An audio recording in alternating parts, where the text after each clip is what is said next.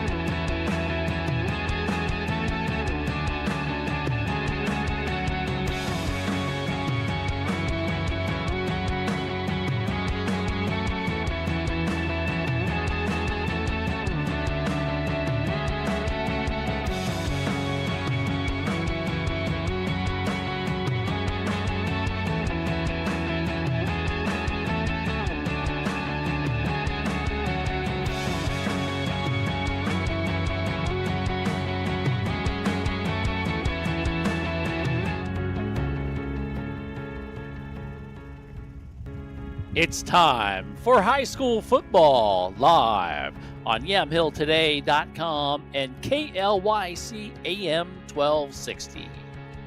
Today's broadcast is brought to you by Willamette Valley Medical Center. Edward Jones thanks to Bethany Ablin. Big Box returns. Les Schwab of McMinnville.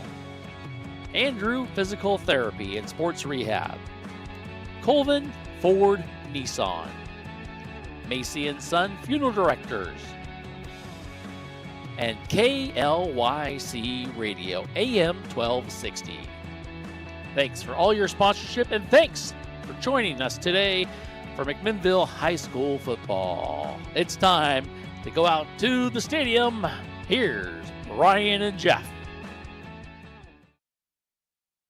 And welcome. Glad to have you here on a Friday night. It's high school football as we get ready to bring you all the action here on AM 1260 KLYC and YamhillToday.com. Jeff, happy Friday. Happy Friday, Brian. Fridays are always a little bit better. Oh, maybe about 5 o'clock, 5:15 when you're heading out of the office knowing you get to go watch a high school football game.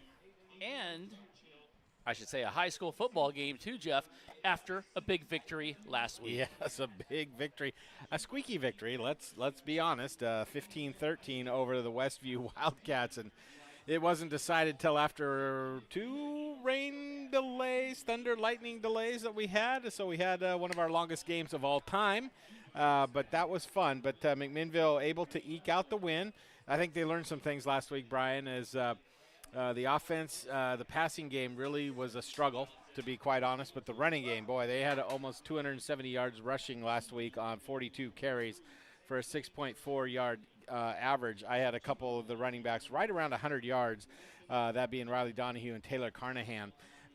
Both really, I had Riley at 102 and Taylor at 93 yards. So the run game was clicking. The passing game, though, unfortunately, Kane Sullivan was only 4 of 12 last week for 39 yards. And if we're going to, go and do some things that the team wants to do this year, Kane needs to, have a little bit better game. He needs to get that completion percentage up in that 50-60% range. Right. And maybe get 100 yards. From what I can tell so far, we're only one game in.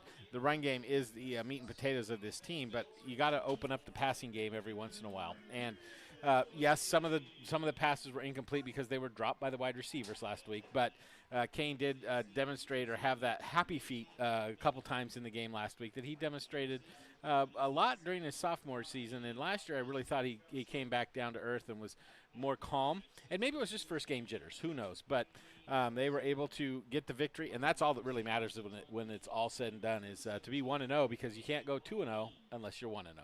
Yeah, that is correct. Oh, man. It's always fun, though. But the good thing, too, Jeff, about this is you usually make bigger strides now from your game 1 to your game 2, preparation, experience, and all that. Absolutely, Brian. And, yes, that first week now you've got stuff on film of your guys, how they play under those situations, the real game atmosphere. You've got that adrenaline rush. You know what that feels like as a player, and you know now how to control that a little bit. I will say, coming in here tonight, Glencoe, they were at the Jamboree a couple weeks ago here at McMinnville. So we've already seen a little bit of the offense, watching them warm up tonight. They're going to want to slow the ball down. They're going to want to really milk the clock, much like McMinnville likes to do at times. So this could be a very slow, deliberate game. Ian Reynoso, a former Duck, he understands, I think, the importance of a smaller school, not that I'm saying Oregon was a smaller school, but a smaller school in the fact that don't have all the athletes that those bigger schools that he's competing against up in that 6A ranks, which they actually dropped down to 5A this year to play football, formerly in our league, but they dropped down to 5A, District 5, Special District 1, I believe, is what they're playing in. With Forest Grove and a couple other schools. But he understands when you don't have all the athletes that maybe other schools do, what are you going to do? Limit possessions. And how do you do that? You just slow the game down. You take all the time in the world. It was interesting watching them warm up. If you're watching us on YouTube, you're going to probably harken back, if you remember, to the days of the late 70s, early 80s with the Dallas Cowboys and the way their offensive line would do their up and down thing. They were doing that on every warm-up play that they were running this evening. So I expect to see more of that tonight. But, I really feel like this could be a ground and pound type of game. I agree. And a quick one, although we thought that last week too. So I don't want to get too far ahead of the ball game. But I think it's going to be a fun one to see how McMinnville responds, especially in the passing game. We know that they're a good running team. And the one good thing that I will just say right off the get-go, was a little bit worried about Jacob Fairbank being able to play tonight. Right. He's out there warming up with the first-string offense tonight. So that is good to see. That injury that it looked like might have been a little bit of a serious injury. Maybe he got through it this week and got some rehab, and looks like he's going to be able to go tonight. Should be fun as the teams get ready to come out here on the field. We're going to take our first break. We're here on the pregame show here on yamhilltoday.com and AM 1260. And don't go away. Here's a word from Willamette Valley Medical Center. Meeting the needs of not only our team, but our community with kindness and compassion and understanding. We have those moments every day. I think that's probably the coolest part of what I get to do. Treating people with kindness is such an important thing to our hospital. From the moment I show up here to the moment I leave, it is just a collection of big, meaningful moments between the community and staff. If you are looking for a financial advisor located here in McMinnville, Bethany Ablin has you covered. She has a holistic approach and understands what is most important to you, using an established process to build personalized strategies and partnering with you throughout your life to help keep you on track. Her investment philosophy is a long-term approach with an emphasis on quality, durability, historical context, and common sense. Give Bethany at Edward Jones a call at 503-472-0555. And welcome back here to McMinnville High School. Brian Erickson along with Jeff Ivey. And Jeff, as we get ready, still waiting for the Grizzlies to come on and their exciting little pregame thing. And we've got a lot of people out here, the band out here in the center of the field, and a little bit more. Yeah, there's some they got the youth football program probably down to the right, forming a tunnel for the players to run onto the field tonight. So that's always fun for those little guys out there that, in 4, 5, 6, 7 years are probably going to dream of being on the varsity football team on a Friday night in early September playing a game. So, get them young, get them interested young, and get them teaching those fundamentals. And things can happen when you're in high school. Of course, Kane, remember, this is his third year starting now, Brian, as a quarterback. So need to continue to see the growth and the development. And again, he did have a pretty good week of rushing the ball last week, 48 yards. He was asked to carry it 18 times, though. And that's a little bit too many for me to put him in those positions where he could get an injury. So I'd like to see maybe that number go down and see the percentage completion numbers go up tonight. On the defensive side of the ball, Brian, the defense really did a good job. Only gave up 176 total yards, 8 first downs. Most of the yards came on passing, 149 of the 176. So only 27 yards on the ground on 23 attempts. They were really superior. And, again, penalties were down for the team. Last year they averaged about 5.5 a game. Well, last week they only had 4, and all 4 of them were in the first half. So Tomlin's got them, focused on the important things, penalties, things that you can control, Brian. And, they did unfortunately have a couple fumbles last week, but neither of them came back to haunt them. The one, though, was on a long run by the running back Taylor Carnahan, just really close to the end zone. He ran about 60 yards and then was tackled from behind on a great effort by the player from Westview to come and knock the ball out. Well, they're going to have a team against Glencoe, Jeff, that you said, they're going to take down their possessions as much as possible. The Grizzlies like to do that, too. Theoretically, you joked about being a short game. But you've got a physicality that Glencoe does bring. Yes, they got some big fellas in there, Brian. Their quarterback looks to be a little sturdy. I'll just say that. How's that sound? Watching him warm up, they could go with 2 senior quarterbacks, and I believe they're going to go with the right-hander. They do have a left-hander in the wings tonight. I believe they're going to go start with Zach Bryan, and Connor Anderson will be in the wings. Like I said, they're both seniors, and it looks like they're going to do a lot of running. They got a 2 tight end set that we saw in the warm-ups, so it's going to be interesting to see how much time they take in between plays, how much time they like to bleed off the clock as they have the offense. It should be fun. As you can see, we're on the far side in the white uniforms there. That is the Glencoe team as they get ready for the national anthem. We'll take a break, and we'll be back with more right after this. Transitions in life. Sometimes it's difficult. When a loved one leaves us, Macy & Son is there for you, a trusted friend for 5 generations in Yamhill County. At that time, you have lots of questions and you need someone to walk with in every step of the way. Burial or cremation and a myriad of other options, let Macy & Son walk that journey with you. Macy & Son McMinnville. Give them a call, 503-472-6151. Andrew Physical Therapy, Orthopedic and Sports Rehab wants to see you make a full and quick recovery so that you can get back into life and the things that you like to do. Their friendly staff will listen and encourage and guide you through each step of the rehabilitation process. From low back pain to post-surgical rehabilitation after a shoulder surgery or knee replacement, they are here to help. Andrew Physical Therapy, Orthopedic, and Sports Rehab. Give them a call at 503-435-1900. Are you looking to spend less and get more on your next vehicle? At Chuck Colvin Ford Nissan, they've got you covered. As McMinnville's premier Ford and Nissan dealership, they offer a wide selection of new and used cars, trucks, and SUVs, all in a stress-free, customer-first environment. Their motto, big enough to serve you, small enough to care, means you'll enjoy the convenience of a large dealership with the personal touch of a local business. Visit Chuck Colvin Ford Nissan at McMinnville today or call 503-376-9650. Chuck Colvin Ford Nissan.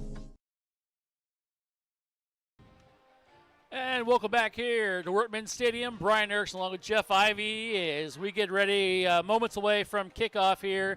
We've got the McMinnville Grizzly band on the field doing their thing. Good to see them out there. Feel like doing the fight song myself, Brian. I know. It's good times. So should be fun. Great night. Great weather for high school football, Jeff. Yeah, I mean, compared to last week when it was really hot to start the game, and then the rain moved in, and the thunder and the lightning, this is ideal weather. I believe it's probably going to be right around 70 degrees at kickoff tonight. Let's check the old weather up. 68, a little bit of a breeze.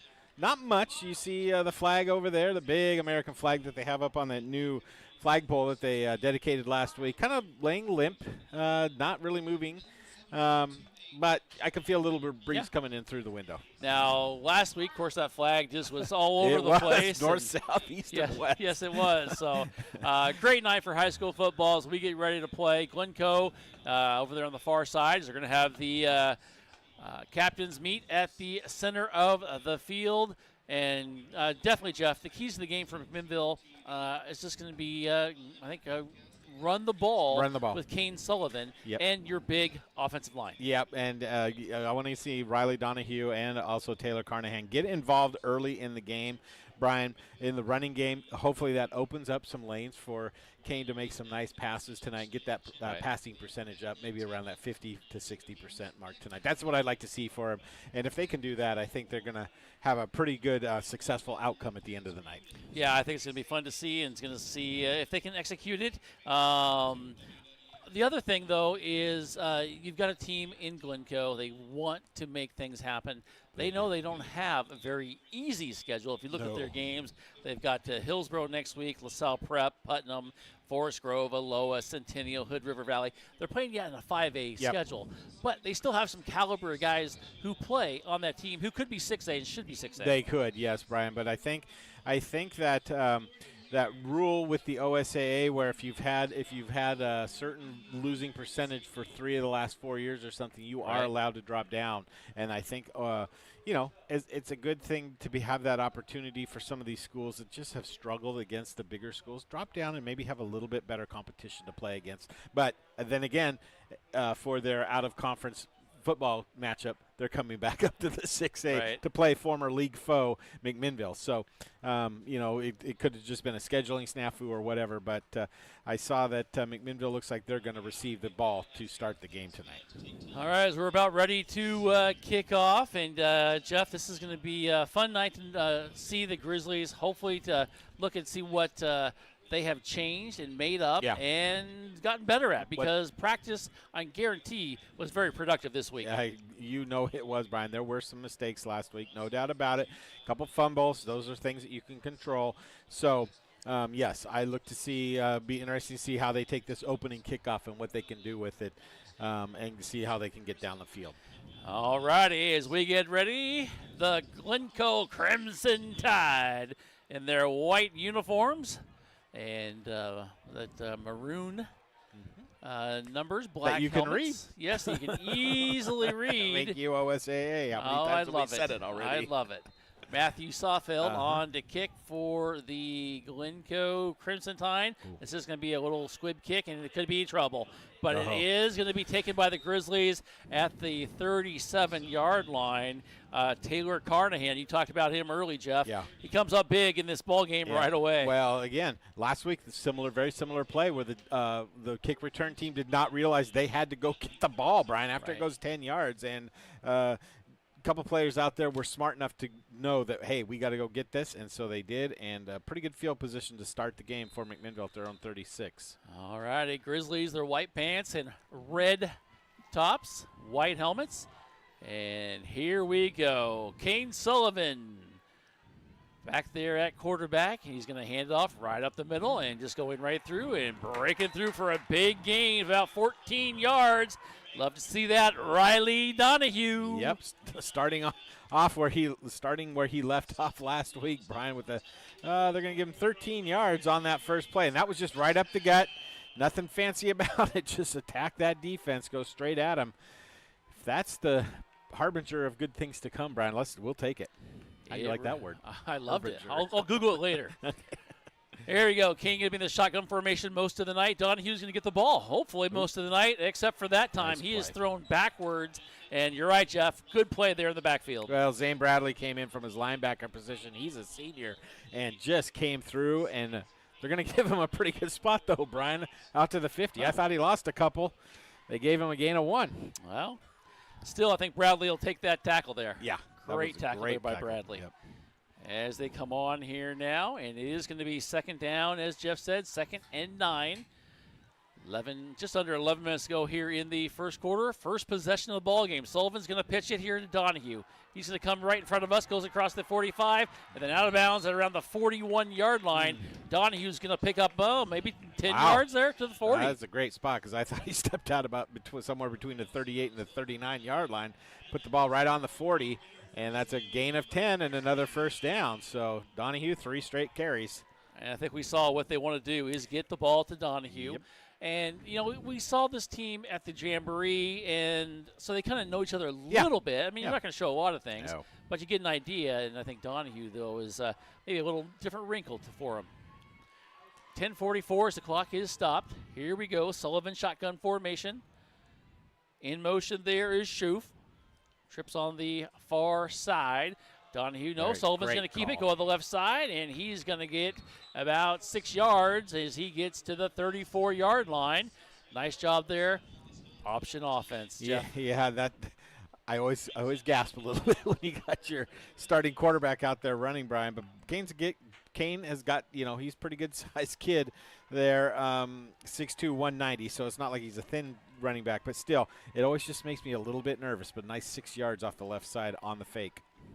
2nd down and 4. Ball sitting on the 34-yard line. Sullivan's going to hand it off to Donahue. He's going to right through the middle, breaks a tackle, and he gets to the 25-yard line. And that's going to be a lot of that tonight, I believe. Yep, that's already the 4th carry. Wow. For Donahue for 32 yards, Brian. And Donahue, Jeff, how many did he have last week again? 102 is what I had him there at. You go. So okay, right around 100. So plus or minus. It's not a bad night, and they are going to try to keep him the ball. Keeps that up, he's going to have a good first quarter. Yep. Hopefully a premise of things to come. Here we go. They are going to send 2 receivers on the far side. Here on the near side is Caleb Long. Sullivan is going to keep it. No, he's going to pitch it to Carnahan. He's going to go on the turf. He's going to pick it up. He's going to get hit in the backfield, and he is going to go back to the 33-yard line. Yeah, 7 yards on that play. Yeah. And it was a really nice job by the defensive end on the far side, Brian. I believe that was number 6, Zev Reynolds.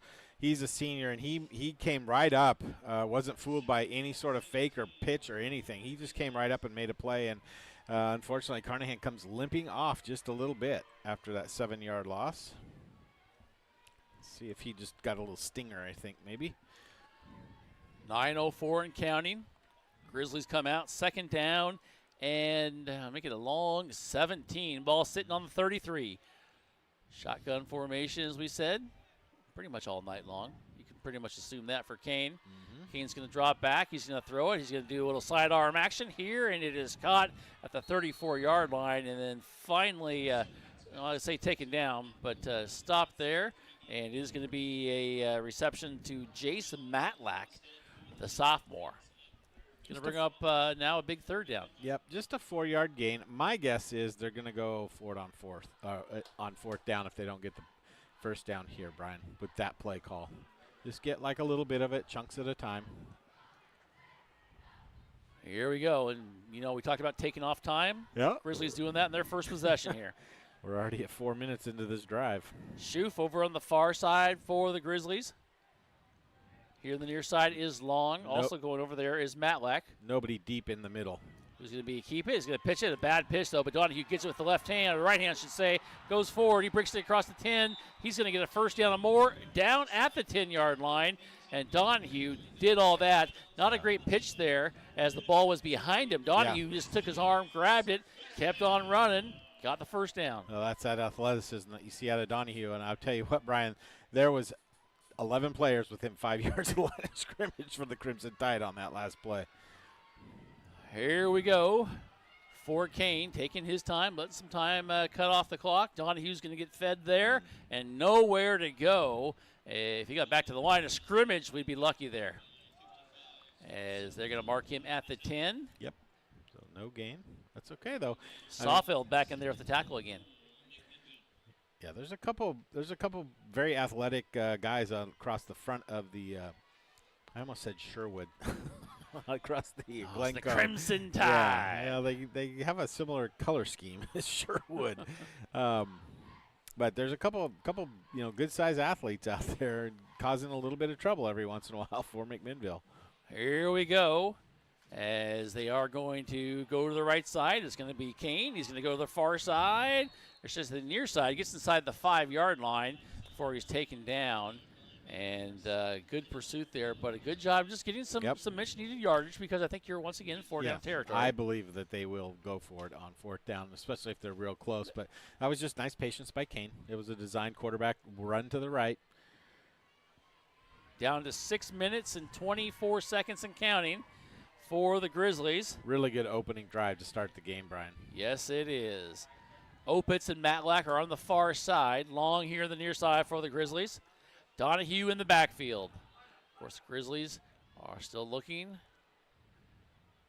Thought I heard one of the coaches yell for a timeout up here, but he didn't take it. So here we go. And Kane's going to drop back. He's going to throw it. He's going to sidearm it across the middle. Incomplete. Not a good pass. Nope. In fact, the defender was closer to the ball than I believe that may have been Matlack. Yeah. It was.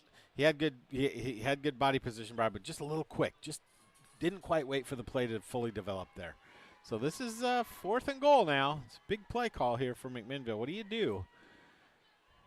You got a nice drive going. I mean, you started at your own 36-yard line. You've taken off over 6 minutes off the clock in the opening drive.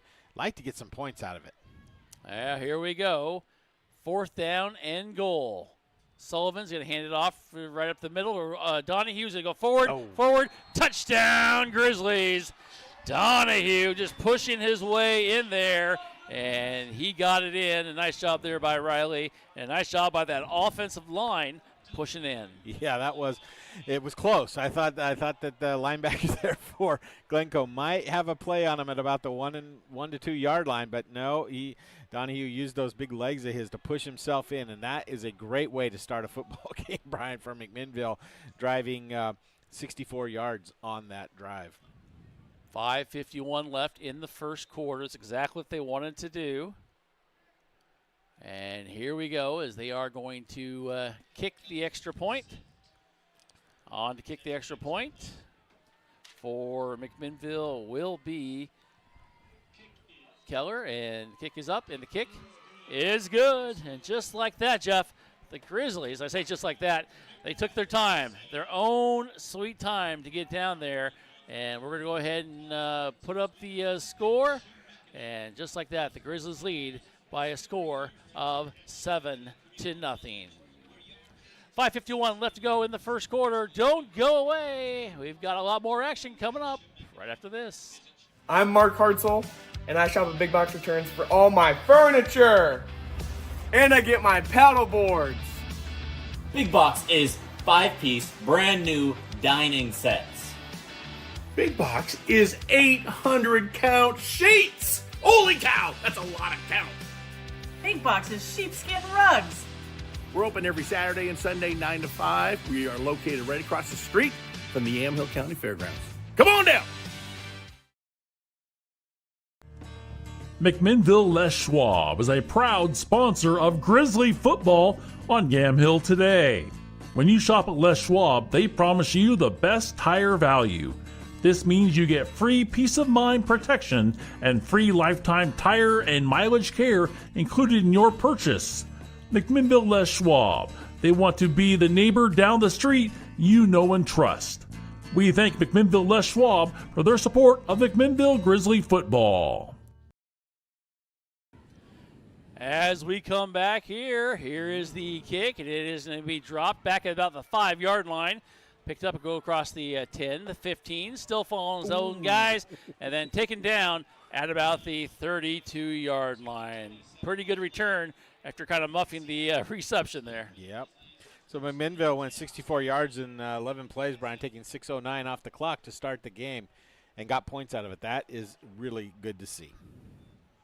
Yeah, it is. And now defensively, first time we've seen the defense out there. Yep. Love to see them come up there. You know, last week, Jeff, they held their opponent 13 points. Yep. No matter who it is, still 13 points is a good game on the defensive side of the ball. Now, I already see improvement on the offensive side tonight versus last week. So well, that's what we wanted to see. Here we go. Yep, there was the Dallas Cowboy. Old school. Yes, it is. And here's the handoff right up the middle. Quarterback is Zach Bryan. Zach Bryan, number 15. He is a senior. Just kind of a little counter handoff there to Daniel Henninger for just 2 yards. So good job by that defense to collapse. Actually, going to give him 1 yard. My mistake there. It's good to see the Grizzlies step up here in the first play. Let's see if they can continue to do that. It does help when you got some of your big guys back down there.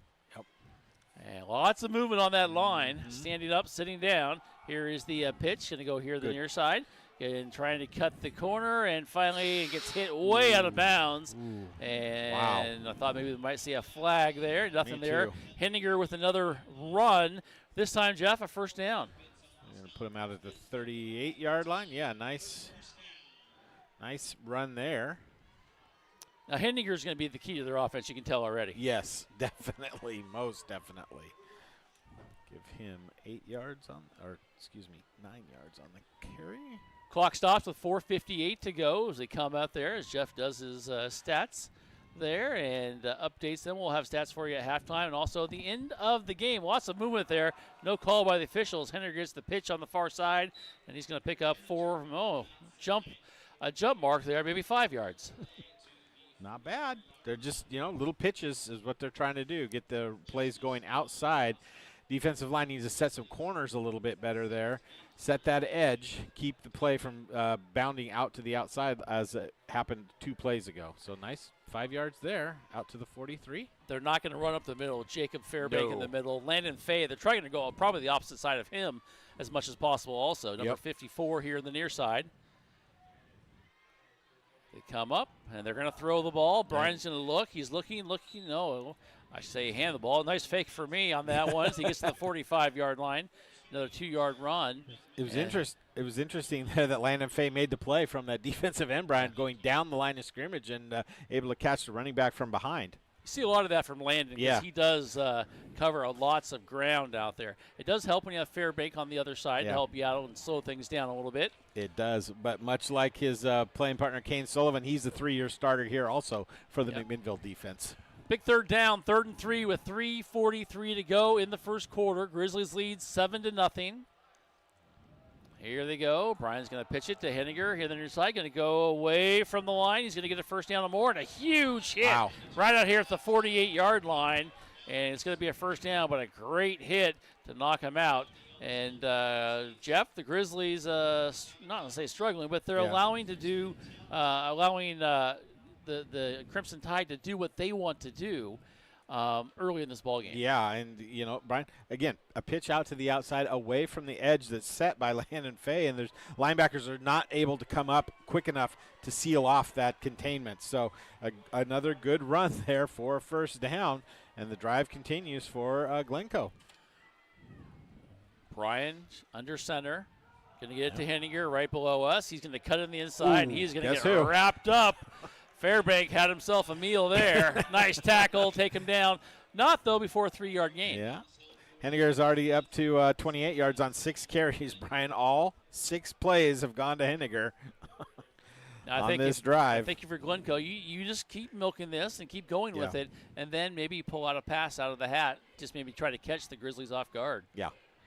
As Henniger is dotting the I in the backfield. Those tight ends are pretty good-sized guys, Brian. They got some height on them. So you look to fake a pitch and then release a tight end down the field. If you get them sleeping, you can have a big play there. It looks like they're changing the play at the line of scrimmage. Brian under center. We got almost had movement there as they pitch it to Henniger, and he's going to go up the middle and taken down. Fairbank in there on the tackle once again for the Grizzlies.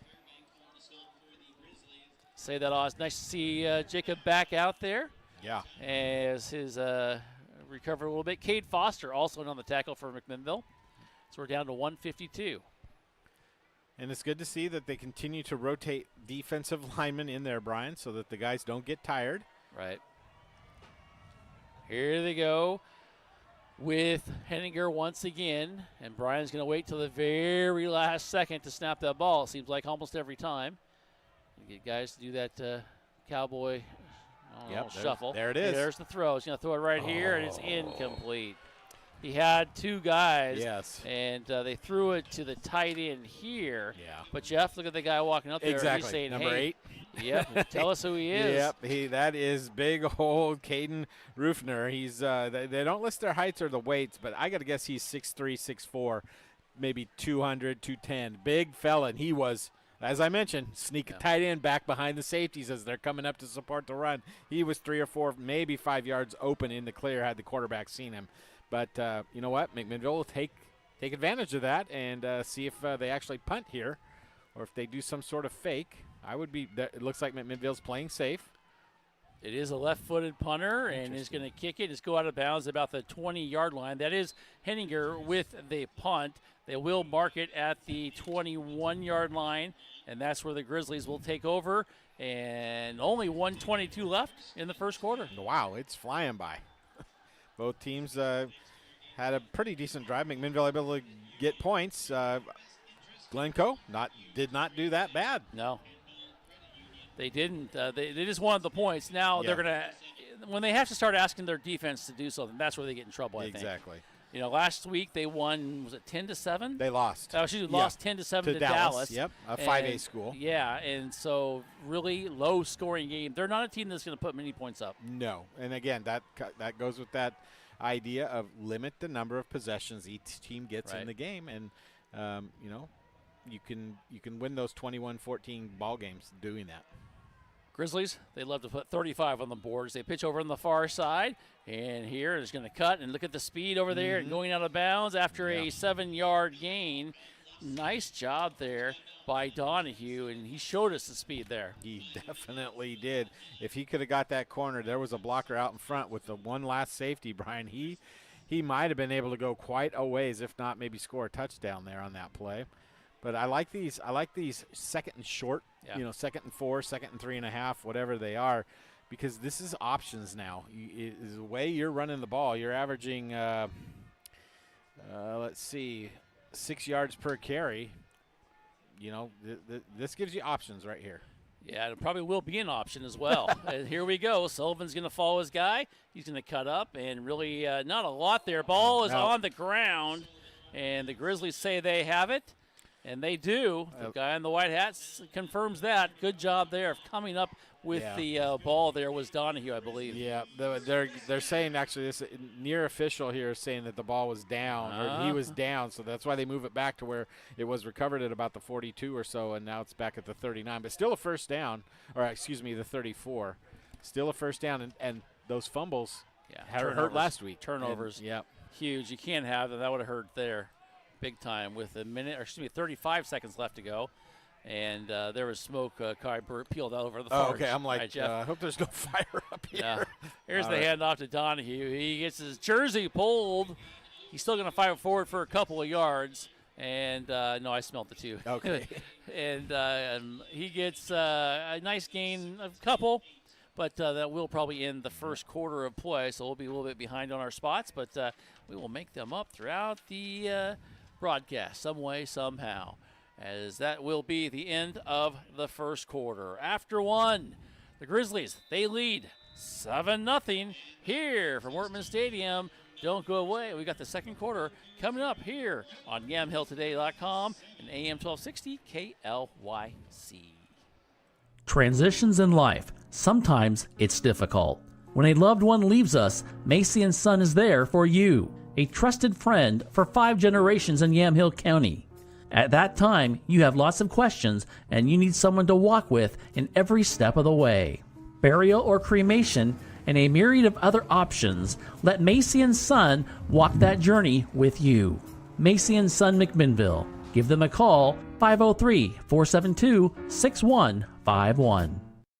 Andrew Physical Therapy, Orthopedic and Sports Rehab wants to see you make a full and quick recovery so that you can get back into life and the things that you like to do. Their friendly staff will listen and encourage and guide you through each step of the rehabilitation process. From low back pain to post-surgical rehabilitation after a shoulder surgery or knee replacement, they are here to help. Andrew Physical Therapy, Orthopedic and Sports Rehab. Give them a call at 503-435-1900. As we come back here, Brian Erickson along with Jeff Ivey here on AM 1260 KLYC McMinnville and also YamHillToday.com as we get ready for the second quarter of play.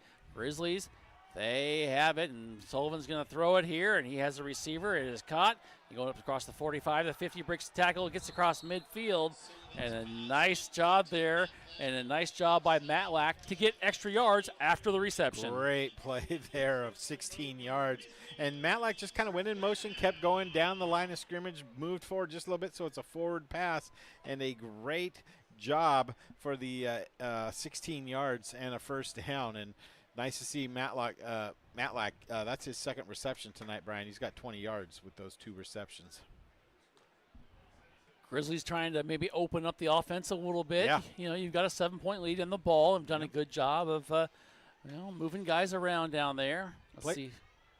I was going to say, plays like that help keep the middle of the field open because you got to respect the pass. Ooh. A little miscommunication, but Donahue does take it and still gets positive yardage across the 45. that happened 2 or 3 times last week as well. Yep, and that's something that they need to work on, because I almost thought that was going to be a double handoff in the backfield, and Donahue decided, I'm not even going to go with it. I'm just going to pick up 4 yards on the run. It's one of those things that, okay, no, maybe, okay, done. Yeah. And it's smart, because you're going to go with the 4 yards rather than something hinky following ball on the ground or whatever. Yep, Donahue up to 68 yards on 10 carries. 11:15 and counting here in the second quarter, I should say.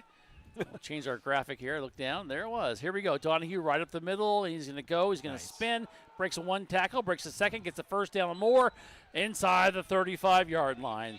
And, Jeff, I love what we see in Donahue early in this season. Well, harkens me back, Brian, to a gentleman named Spencer Payne, a name you might remember. He's actually on the coaching staff here now. A great running back for McMinnville back in the day, and then I think he went on to great back for McMinnville, and then I think he went on to play at Linfield as well, as a pretty good back there. So it's just a great play call, just straight up the field, keep those legs running, and Donahue just churning out the yards tonight, Brian, already up to 77 now. We'll take that all night long. Yeah. Or maybe just the first quarter or first half. Get him out of the game if you can. And we're going to throw the ball. Have a receiver. It is caught and into the end zone. Touchdown! 35-yard pass into the hands of Austin Schoof. And that was set up with all the runs that they have done here in this ball game. Yes, it was, Brian. It was very similar to what Glencoe tried to do with releasing the tight end past everybody coming up to support the run. And that time, Schoof did a great job of just running down the field. An excellent pass, too, by Kane Sullivan. Perfect on the money. He didn't have happy feet. He stood in the pocket and trusted everything and fired that out there for the strike. I'll take that all day long.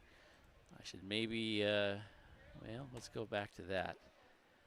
I was just giving him an extra point a little too quickly, and they're going to go for 2 on the far side. Sullivan's going to go in, and he gets it. He leans, he stretches, and he gets it.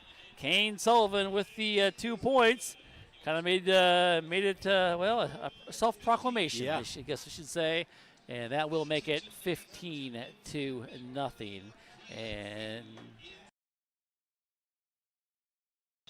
as we will go ahead and take a break after the Grizzlies have added on to their lead. Our score is 15-0.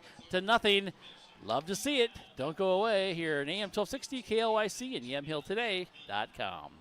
Are you looking to spend less and get more on your next vehicle? At Chuck Colvin Ford Nissan, they've got you covered. As McMinnville's premier Ford and Nissan dealership, they offer a wide selection of new and used cars, trucks, and SUVs, all in a stress-free, customer-first environment. Their motto, big enough to serve you, small enough to care, means you'll enjoy the convenience of a large dealership with the personal touch of a local business. Visit Chuck Colvin Ford Nissan at McMinnville today or call 503-376-9650. Chuck Colvin Ford Nissan. Meeting the needs of not only our team, but our community with kindness and compassion and understanding.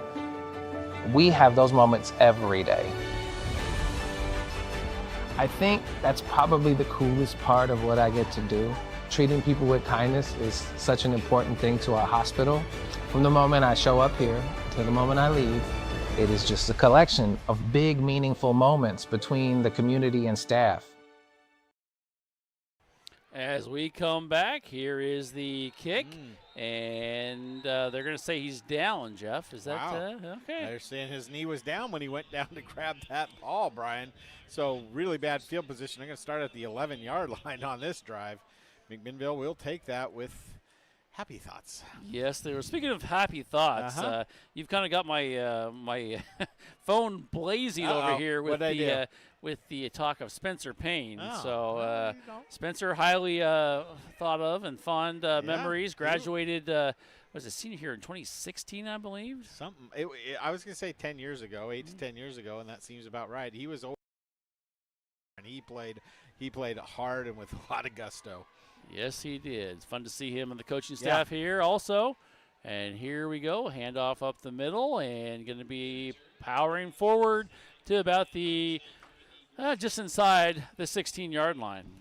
And that again, Henninger with his 8th carry of the night up to 35 yards.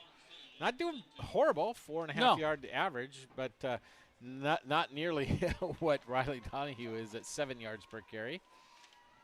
And I'll tell you the disparity in yards, 143 to 35 so far, Brian, in favor of McMinnville. Yeah, we'll take that every single time. Yep. Here we go, 9:34 to go here in the second quarter as the Grizzlies lead 15-0. Glencoe taking their time. They're going to hand it off. Henninger's going to get it. He's going to go really maybe just a couple yards, and then he's still held up. Landon Fay there. Also a couple other guys in there on the stop. Let's go ahead and give credit to him, Jeff. Caden Hopkins, I believe, was in there as well. Yep. So, Brian. Yeah. So far, 2 players have touched the football on the offensive side for Glencoe. The quarterback, Zach Bryan. Yes, he's handed it off every time to Daniel Henninger. He also did try pass. He also did it with a punt. Yes, he did. Henninger did. Yeah, with a that's punt. right. So 2 players have touched the ball. So on this play here, guess what? Henninger is probably going to get the ball. I'm going to guess. Or Brian's going to keep Yep. it. Here we go. They have another guy in motion. Let's see. And Brian's going to throw it. They have a flag down. He throws it incomplete, going for his big tight end here, who was really well covered. He was. But flags do come a-flying. I'm wondering if this is going to be some sort of false start. They're looking over at the McMinnville coaching staff to see if they want to decline it or accept it, because it was 3rd down.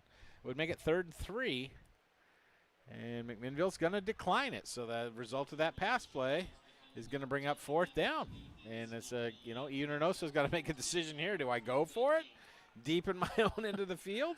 Well, a little too early for that, I would think. I've been wrong before. Well, looks like the offense is staying out there. It's 4th down, I believe. Make sure. I think the coaches are looking over to his staff, too, to make sure. Let's see. They're keeping the 3rd down marker up there. Should be 4th down. And they are talking. And with 8:31 to go, they're still having a discussion. There's the 4, and then they're going to go ahead and blow the whistle, and they're going to bring the punting team on. Smart call. Too early in this ball game to do anything. Doesn't mean you can't do a fake punt, right? True. Like that old coach down in, was it Texas, that never kicked? Never punted. Yeah, never punted. And always did an onside kick. Yeah. Won some ball games, too. Many. He had some athletes. So. Yes, he did. Here is Henninger, the left-footed punter, and he gets it a high one. It's going to be taken at the 45, and then just jumping on it. And that was what was that, Jeff? That was Opitz. Yep. And it's going to be a Grizzlies ball in great territory. 27 yards on the punt. Second punt of the night. So great plus field position. And they get it at the 45 of the Crimson Tide. Oh, the Crimson Tide. Yeah. I'm going to say that a few times tonight as they come out here now. And now, Jeff, if you're McMinnville, do you do a quick hit, or do you just continue to drive the ground? I think you just continue doing what you're doing, Brian. Okay. It's been working. All right. We'll trust you on that. Here we go. And it's going to be a handoff and a little fly sweep here on the near side, and then thrown out of bounds. And let's see, they had a little bit different mix-up there. It was Seahaver with the ball, I believe it was. And Seahaver's going to come up with 6 yards up to the 39-yard line. Nice little fly sweep. Just, get some speed on the edge. Again, that spreads out that middle of the field, Brian, because you got to respect everything that the defense or the offense is doing. So now you hit up the middle with Riley Donahue. Yeah, I mean, why not? As they are single coverage on the outfield, though, on the far side. Caleb Long, they might, no, it's single coverage. They might look at that as well. Sullivan is going to hand it off. He is. Donahue's going to get smothered after a couple yards. Good job defensively there by Glencoe. First one, I believe, was Zev Reynolds. And he's that big tight end that we talked about on the offensive side of the ball. Brian crashing down from his defensive end position, making a good call. But, again, I got to figure you're in 4-down territory here, 3rd and 2. You've been basically able to move the ball at will so far tonight, averaging 5.5 yards on the ground, over 7 yards per play. Grizzlies taking their own time off the clock, 7:10 and counting.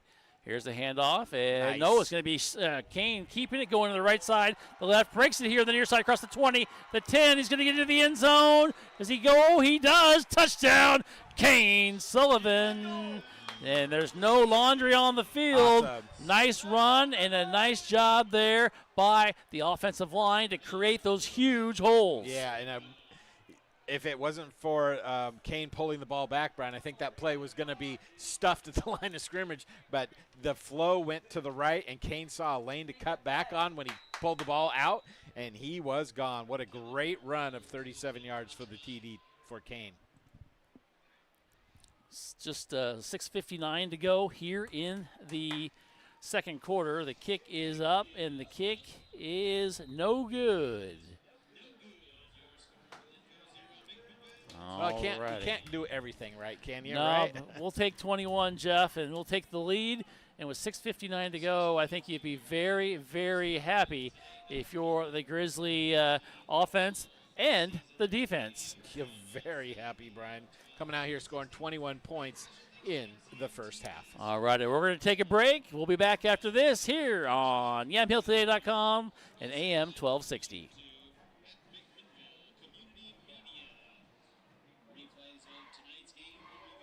If you are looking for a financial advisor located here in McMinnville, Bethany A. Blinn has you covered. She has a holistic approach and understands what is most important to you, using an established process to build personalized strategies and partnering with you throughout your life to help keep you on track. Her investment philosophy is a long-term approach with an emphasis on quality, durability, historical context, and common sense. Give Bethany at Edward Jones a call at 503-472-0555. McMinnville Les Schwab is a proud sponsor of Grizzly football on Yamhill today. When you shop at Les Schwab, they promise you the best tire value. This means you get free peace of mind protection and free lifetime tire and mileage care included in your purchase. McMinnville Les Schwab. They want to be the neighbor down the street you know and trust. We thank McMinnville Les Schwab for their support of McMinnville Grizzly football. As we come back here, there is the kick, and it is going to be a short return, but the Grizzlies' return game looking good as well tonight, Jeff. Yeah, just a 15-yard return and best field position to start a drive tonight for Glencoe. Your thoughts, as I'm going to jump a little bit, on the new NFL, what do they call it, dynamic kickoffs? It's not my favorite. But they say that like injuries have been down like 33%. Yeah, I get the safety side of it, but I don't want to be the get off my lawn guy, but it's not my favorite. That's what I'm going to say. And the other thing I really don't like is that you have to be behind and only in the fourth quarter to do an onside kick, because you wouldn't have had that great call by Sean Payton in the Super Bowl quite a while, several years back, where they came out after halftime and got the ball rolling. Speaking of rolling balls. Yes, coming back to action, the ball was rolling a lot on the turf. They pitched it in the backfield, and I don't think they pitched it to Henninger, and it just rolled, and they lost a huge amount of yardage there, Jeff. In fact, it was about 13 yards back to the 18-yard line. And Henninger ends up falling on the ball, but, boy, that could have been disaster for Glencoe. 12 yards is a disaster. Right. It really could have been a disaster there. And Henninger now is back down to 25 yards on 10 carries because he recovered the fumble that deep in his own end of the field. Well, here we go. 6:07 and counting as they come up here. And Brian's going to throw it. He throws across the center. Has a receiver. It is caught. It is going to be just a foot race now. And there they go, Jeff. You're going to have to find them. I can. Is they're going to catch them and take them down on the far side. And it was a great pass there, and I think that was set up with all the different runs. It was, and that was a great job by Enoch Jimenez, the wide receiver, the junior, to get his hands out there and just use that speed. But, again, great defensive play there to not stop on the play and make the tackle at the 7-yard line. So it's going to be 73 yards on the play. That was a foot race there to stop him. Excuse me, 63 yards. As we come back to action with 5:20 to go, first and goal from the 7-yard line. Here comes Brian. He's going to hand it off and go to the left side, and he's going to pick up about 4 yards. And that was a different running back, Jeff. That is a bigger, number 23, I believe, Brian. A little smaller back. Yeah. Zachary Lomas, 5 foot. Excuse me, no, that's our guy. What am I talking about? Trying to figure that out. Okay, we come back to action. We'll get his number out there. I believe that may have been Bradley for Glencoe. We saw him warming up down before the game. Thought maybe he would play a little bit more, but they've been giving the ball to Henninger most of the time. I think there's Lomas Bradley in the backfield. Yep. And he's going to get it again. He's going to run forward. He's going to go, and he's going to fall in for the end zone. And it's going to be a touchdown. And, Jeff, that is probably the worst thing that could happen right there. Yep. Big play. That really opened it up, kind of deflated your defense a little bit. Way deflated them. And that was something I was going to mention, Brian, coming out after the kickoff. I'm like, you don't want to get too far ahead of yourself. Glencoe can score, just like any other team. And what do? They answer nicely after going down 21-0. They put up 7 to crawl back into it, Brian. Like to see how McMinnville now responds to that play. Here is the kick, and the kick is good. And that makes the score now 21-7 with 4:27 left to go in the second quarter. If you're Glencoe, you got to be pretty happy about that return right there. Very and just a big play. This huge play, Brian, and especially after that fumble. The pitch backwards, and maybe that's why Henniger's not in there. I didn't see if he got hurt or anything when he recovered it, but it could be that maybe he had the wind knocked out of him or something. But not, it only took 2 minutes and 32 seconds off, and they went 70 yards in 4 plays. 21-7 is our score, 4:27 to go. And now if you're McMinnville, you mentioned it, you gotta get back to your offense, get back to the game, get some points in there, get positive momentum, because it's one of those games that Glencoe can ease you into. Yes. And then you have a mistake and then a fumble, and they're right back in it. Yeah, totally. And you were playing well. You were well-oiled machine, looking good on defense, and then to give up that big pass play. Ended up being 75 yards on the pass play, Brian. So it was the real deal there.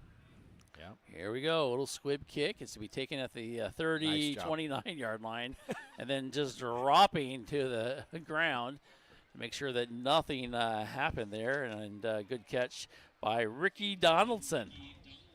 Yeah, that was smart play. Nothing wrong with taking it at the 29-yard line. Nah, we'll take that at all. We'll take it. You have a lead still. You're in a good position for McMinnville, Jeff, but you want to put some more points on the board. And with 4:25, plenty of time. Plenty of time. And, you'd love to do that getting into halftime because they're going to get the ball second half. Yes. I think it's important here for an answer. Yeah. I really do. All right. They're let's see spread what the happens. field out here. They're going to mix it up. Sullivan, shotgun formation, as we say, quite often. He's going to hand it off to Donahue, going to go forward. He's hit hard, and it's going to be a gain of a couple, though. I tell you, what I see McMinnville trying to do, I think, is just bust through those 2 linebackers that they have in the middle of the field because there is no safety. The safeties are split wide apart, Brian. So if you can get by those linebackers that are about 5 yards behind the line of scrimmage, you've got a real chance to do some damage on a long run too. Right. And I think they're just testing that to see if they can break one through there. Well, also, you've got 70 yards to move the ball down the field too. So you want to do it with a little bit of urgency. As we have 2nd down and 7, 3:47 and counting. Sullivan is going to pitch it, and Donahue once again has to catch it and be in the behind him, and he's going to be dropped for maybe back to the line of scrimmage, but another time, another pitch behind him, Jeff. He's not getting it in front of him. Yep, so the defensive end is coming up and making Sullivan make a quick decision, and by the time he's making that decision, the linebackers are sliding down, Brian, and the safety's coming down to take the pitch man. So on those plays, really good defense by Glencoe. The last couple times they've run that pitch play, that option play. 3rd down, and let's call it 7 from the 32-yard line. Sullivan draws back. He's looking to the right. He's going to throw. Nice play. As a receiver. It is caught, and it's going to be a first down on Moore as he catches it down to the 42-yard line. And again, when Sullivan is patient and just hangs in there, Brian, he is accurate as all get out. And that was a beautiful dart for 11 yards. Again, out to Jace Matlack. Matlack with a great reception there. And, Sullivan's got a great arm. Yeah. And he can find his guys if they're open. And he's not feeling any pressure, really, No. as he's standing there. So that's why, he doesn't feel like he's got to jump around or anything like that. And he's just firing bullets tonight, Brian. He's 4 or 5 so far. Here we go. Hand it off. No, he's going to keep it. He's going to go right up the middle, and he's going to get right in the center of the field. Nice decision there. Gain of 8 yards for Kane. Really making it hard on the defense when he pulls that because it's hard to see. I thought that I initially thought that Taylor Carnahan had the ball on the far side, but Kane had pulled it and picked up 9. Now, is this another spot where you maybe think about busting one deep? Well, releasing a tight end? Still have 2 minutes to go, so you have plenty of time. But you're right, you can set something up as they do spread it out a little bit. 2 receivers here on the near side. Now 3. Your tight end comes here on the near side. Shotgun formation. They're going to come to the near side, but we've got flags flying high. First penalty of the night that's going to be accepted by either team. 5-yard false start. So instead of 2nd and 2, you're going to have 2nd and 7. So changes what you may call here just a little bit. 1:47 to go. Still some timeouts. So I think you've got 3 timeouts. 3 timeouts left on each side. Yep. So plenty of time. The timeouts, of course, as they come up to the ball after that penalty. And let's see. You see that middle of the field, Brian. Look how wide those safety splits. Now he drifts back in just a little bit. Here we go. It's going to be a high snap. Sullivan's going to pitch it. No. Not a good pitch. Should have kept the ball, but he knew he had nothing there. He pitched it anyway, and he threw it into the hands. Carnahan. Was that Carnahan? Yep. And Carnahan, who does have some size, is 6'3", unfortunately, didn't have any blockers in front of him. Nope. As Carnahan comes out, and we have a timeout. Looks like Glencoe's going to call timeout. They will, with 1:14 left to go in the second quarter. We're going to take a break here. Our score, McMinnville 21, Glencoe 7. Don't go away. You're listening and watching Grizzly football on AM 1260 KLYC and YamHillToday.com. Back after this.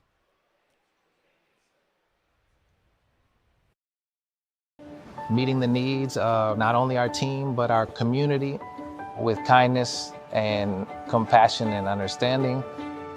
We have those moments every day. I think that's probably the coolest part of what I get to do. Treating people with kindness is such an important thing to our hospital. From the moment I show up here to the moment I leave, it is just a collection of big, meaningful moments between the community and staff. If you are looking for a financial advisor located here in McMinnville, Bethany A. Blinn has you covered. She has a holistic approach and understands what is most important to you, using an established process to build personalized strategies and partnering with you throughout your life to help keep you on track. Her investment philosophy is a long-term approach with an emphasis on quality, durability, historical context, and common sense. Give Bethany at Edward Jones a call at 503-472-0555. As we come back here, Sullivan throws his pass along and it's incomplete. Came back pretty quick here, but it is incomplete, and that will bring up 4th down now, Jeff, for the Grizzlies. Well, Sullivan was getting a little bit of pressure, quite honestly, Brian, from Caleb Ruffiner, and because of that, I think he threw the ball just a little bit earlier than he had because the wide receiver was coming into an area that was open in that zone defense by Glencoe. So Glencoe's going to get the ball with about a minute to go in the first half. 1:08 to go. Henninger standing at his own 27-yard line. As the Grizzlies are going to punt, and it does, and it's going to be a wobbly punt, and it's going to go, out of bounds. Kellener's punt is going to go out at about the, let's see where they mark it as they keep coming forward. Here he keeps coming, 38-yard line. And so with 1:03 to go, the Crimson Tide have 2 timeouts now, Jeff, but they've got some yardage to go. They do. Only a 17-yard punt right there, Brian. And You know, I was watching in practice and warm-ups, and they were booming punts. So I don't know if they're just a little bit nervous on, taking it or something. But 17 yards is, at this point in the ballgame, I think you need a little bit better than that. All right, 1:03 to go. Brian's under center.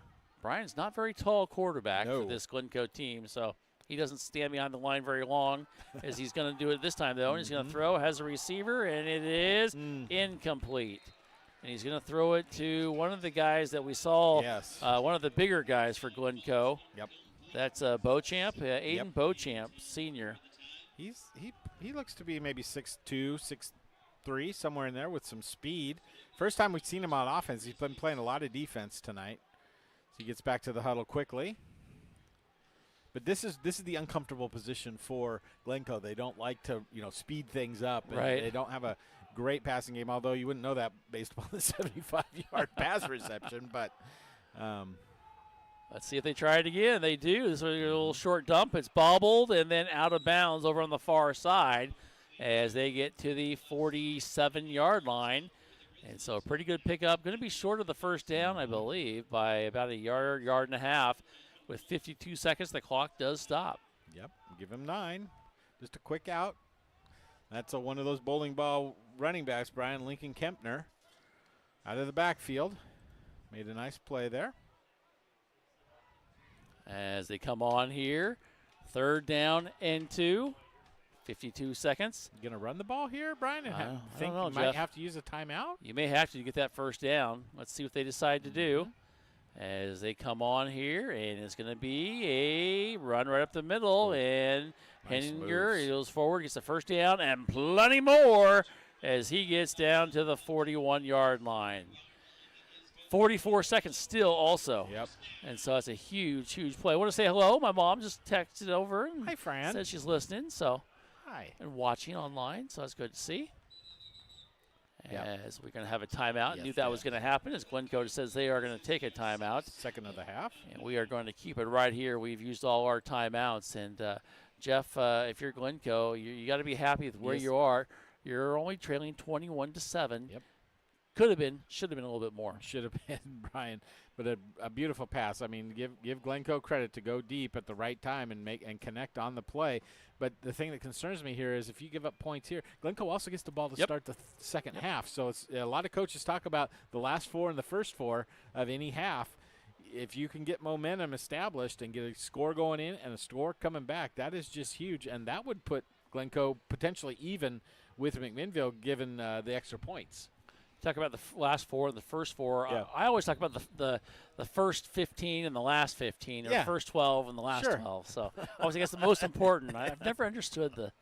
I know what they're saying, but you know, I get it. It's kind of like the half-yard line that doesn't exist, right? There is no. I heard that numerous times this past weekend. There is no half-yard line. Heard a couple PA announcers say it as well. Oh boy, over there. I think in fact the new Oregon State one did. As we come back to action here, it is 1st and 10 with 36 seconds to go. Brian looking down the line. Looks like he's changing the play there. He might be. He sees something. The Grizzlies are just going to stand pat on defense. And here we go. Henninger is in the backfield. They almost jump off every time they do that stand-up. Henninger is going to get it, going to just kind of stutter step his way up the middle. And he's going to pick up good yardage to the 35-yard line. Almost that bend, don't break philosophy now, as we're going to get another timeout by Coach Ian Reynoso and the Glencoe Crimson Tide. Not quite sure I understand that one play call there, though, Brian, because if you're going to run it like that, you know that you're going to end up having to burn your last time out. So now what do? Do you throw the ball 3 times to the end zone? Maybe so. Maybe that was the play the whole time. Maybe try and bust something with your running back and then come back with some pass plays. Did you see the extra point? Yes. Not bad. No. I think you could have been in position to kick a field goal. There's but not now. I think you've given up that timeout, and your team doesn't run that fast to get things going. No. So I think you have that slow offense. You're going to ask them to spike the ball. That's not going to work. And we saw last week Westview's kicker nearly won the game at the end. There, right. That was just wide right, and maybe just a smidge short. It was hard to tell from our angle here, but he certainly, I think it was a 52-yard attempt or something like that last week at the end of the game to try and win it. So stranger things have happened. Oh, yeah. But what I'd like to see here is like another run, and McMinnville stop them. Well, look for their and big. That's going to really maybe stop, get the clock, keep moving. Look for Beauchamp here on the near side. He's one of the guys that they could go to, and they are going to throw it. They're going to throw it across the center, have a receiver incomplete, and I think they both heard footsteps because the other receiver there, Culbertson and Beauchamp, kind of about 3 or 4 yards apart, and I think they heard them along with the defenders, and they got alligator arms. Yes, they did. Going across the middle, you can't have alligator arms like that. So this brings up a conundrum. 3rd and a long 4. Do you go for the first down, knowing that the clock will stop when you get the first down, but then you got to be ready to go, or do you throw another pass play? And so far tonight, you're only 2 of 6 passing. Well, look for Beauchamp if you're going to throw the ball. Henninger in the backfield. That's going to get McMinnville. Yeah, at some it is. They point. jump every time, don't they? Oh. And there was a timing pattern there, incomplete, and the receiver turned around, Culbertson, on the far side, and if he went the wrong way, turned the wrong way, the ball was way past him before he even thought about turning around. And that timing play did not work. It was 20 seconds to go. It brings up 4th and 4 from the 35-yard line. I think you got to play almost a goal line defense here, Brian. Anything in the middle of the field is going to be really hard for the officials to get the ball reset in a timely manner to leave any time on the clock. So look for something down here as McMinnville does rotate a safety over here to the near side, closer to Beauchamp, and they're dropping back now, a couple linebackers. Here we go. They're going to throw it. Brian's going to just turn around and just throw it in the middle of the field. He just tried to throw it to, I think, the Ruffiner, and nothing there. He knew he had no chance. As soon as he had trouble holding the ball, hit it against his center, kind of lost it, and then just turned around, threw it, and Ruffiner's like, wait a minute, dude, I wasn't even there yet. I was not ready for that. So that gives the Grizzlies the ball, 65 yards to go, 17 seconds. If you're McMinnville, you decide to do something after the turnover on downs now, and only 17 seconds, but 3 timeouts. I do. You got timeouts. Why not? But you can see Glencoe before this play coming up here had all their defensive linemen all defensive players within 5 or 10 yards of the line of scrimmage. They've dropped back now into a 15-yard sort of set. But why not? If you're McMinnville, why not give it a try? Well, 17 seconds to go. They may just do that. Sullivan, shotgun formation, and he's going to hand it off right up the middle, and there goes breaking a tackle, and second tackle still on his feet, and going forward to the 45-yard line. Donahue with another big run here tonight. 20 yards on the play, and that was just a nice play because they saw the middle of the field, those safeties widened out, and once you get by the linebackers, you've got space to go. Do you do that play one more time? That one only took 8 seconds off. Get another 20 and try a field goal, or do you take 1 or 2 shots towards the end zone? That's the question right now. Yes, it is. And just a reminder, at halftime, we will have some scores for you, some interesting scores that Jeff found already. And we'll also have some stats around the what happened here in the first half, and we'll discuss what happened here as well. Donahue up over 100 yards now, Brian, in the first half, 101 on 15 carries. And again, we talked about the running game being a good thing for McMinnville. 163 yards on the ground already and 66 through the yard. So an improvement through the air already tonight for McMinnville compared to last week. Good to see, and let's see what they do here in this last play. And they will bring some receivers over on the far side. I believe that is Schoof. It is. Here on the near side is Long. And also going to bring over here on the near side Matlack. And they do have a blocking back in Carnahan in the backfield for Sullivan. Here we go. Sullivan's going to drop back. He's going to dump it off to Carney, and he goes to the near side. Get down and he gets to the 30 or 41-yard line, and it is going to be the end of the half.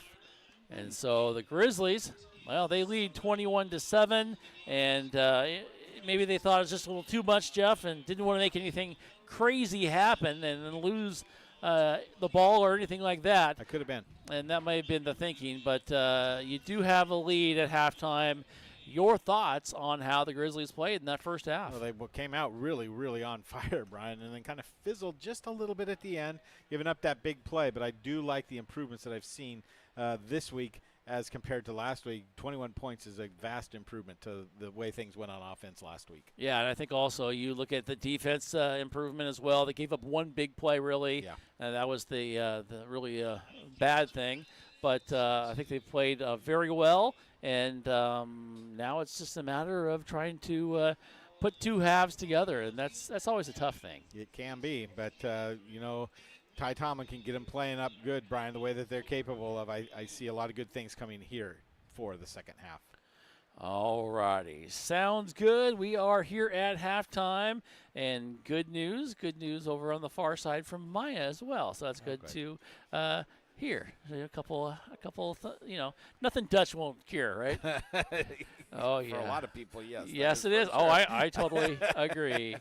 Oh, my. All right, we are here at halftime. We are going to go ahead and take a break.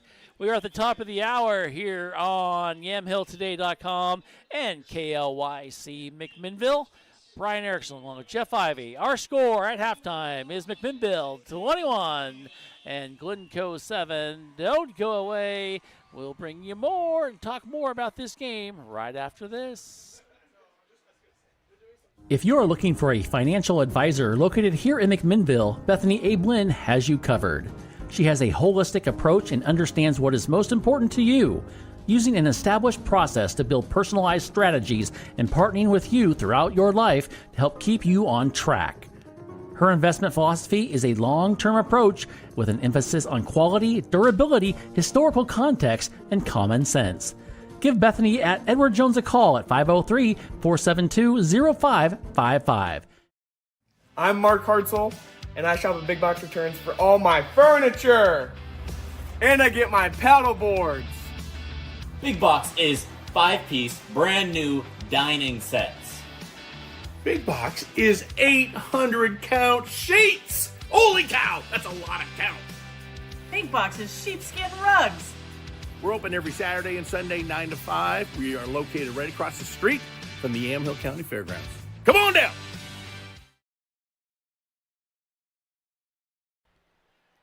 And welcome back here as we get back to Workman Stadium. A great first half of action for the Grizzlies. They lead 21-7, and Jeff is going to break down all of the stats for us. And really, they pretty much tell the whole story, don't they? They do, Brian. McMinnville really dominated. With the exception of one big play, McMinnville is just all over the stats. 9 first downs for McMinnville. Glencoe with 4.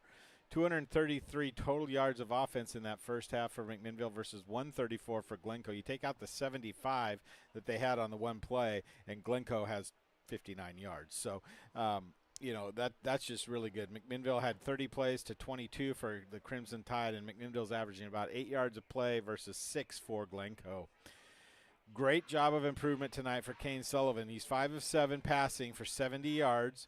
That's 71%. I said if he could get up to in the 50s to 60% range, it was going to be a good night for McMinnville. So he is doing an outstanding job of passing the ball. Rushing, they have 163 yards on 23 carries, averaging 7.1 yards per play. And as I mentioned, Glencoe's 84 yards passing, but you take out the 75 and they have 9. And they are 2 of 8 passing the ball. Total rushing yards, 50. So 14 on 14 carries. So 3.5 yards per carry tonight for Glencoe. McMinnville with the only team that had an accepted penalty for 5 yards. That's really good to see. And no turnovers in the first half. 1 punt for McMinnville. It was 17 yards. 2 punts for Glencoe, averaging 24 yards.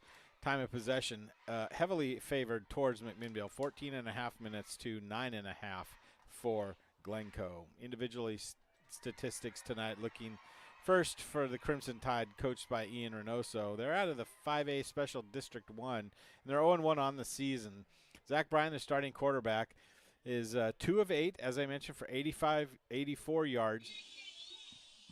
Just a 75-yard completion and a 9-yard completion. Daniel Henniger has carried the ball 43 yards on 12 carries, averaging 3.6 yards per carry. And Zane Bradley, the only other running back to carry the ball, he came in when they were deep down in the end zone here and carried it twice for 7 yards and the touchdown. The wide receiver who made the spectacular 75-yard pass is Tavin Crowell, and he was just on a rope there.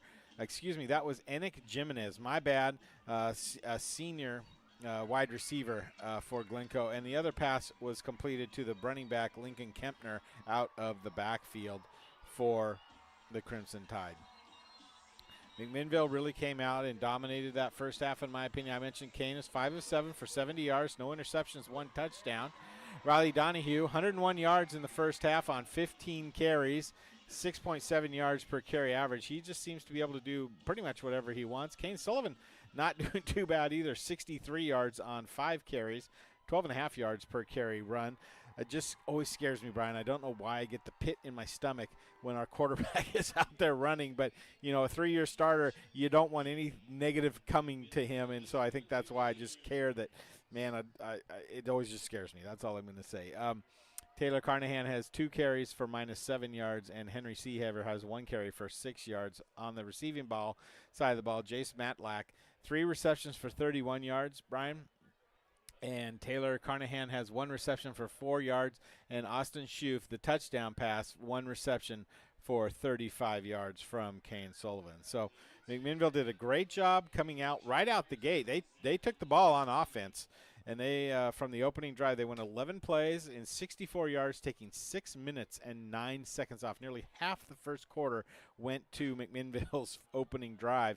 It's a 5-yard run by Donahue. And with 5:51 to go in the first quarter, it was 7-0 McMinnville. Glencoe moved the ball a little bit. They went on about a 9-play drive, but it stalled at the 42-yard line, and they had to punt down to the 21, where McMinnville took over with 1:22 to go in the first quarter.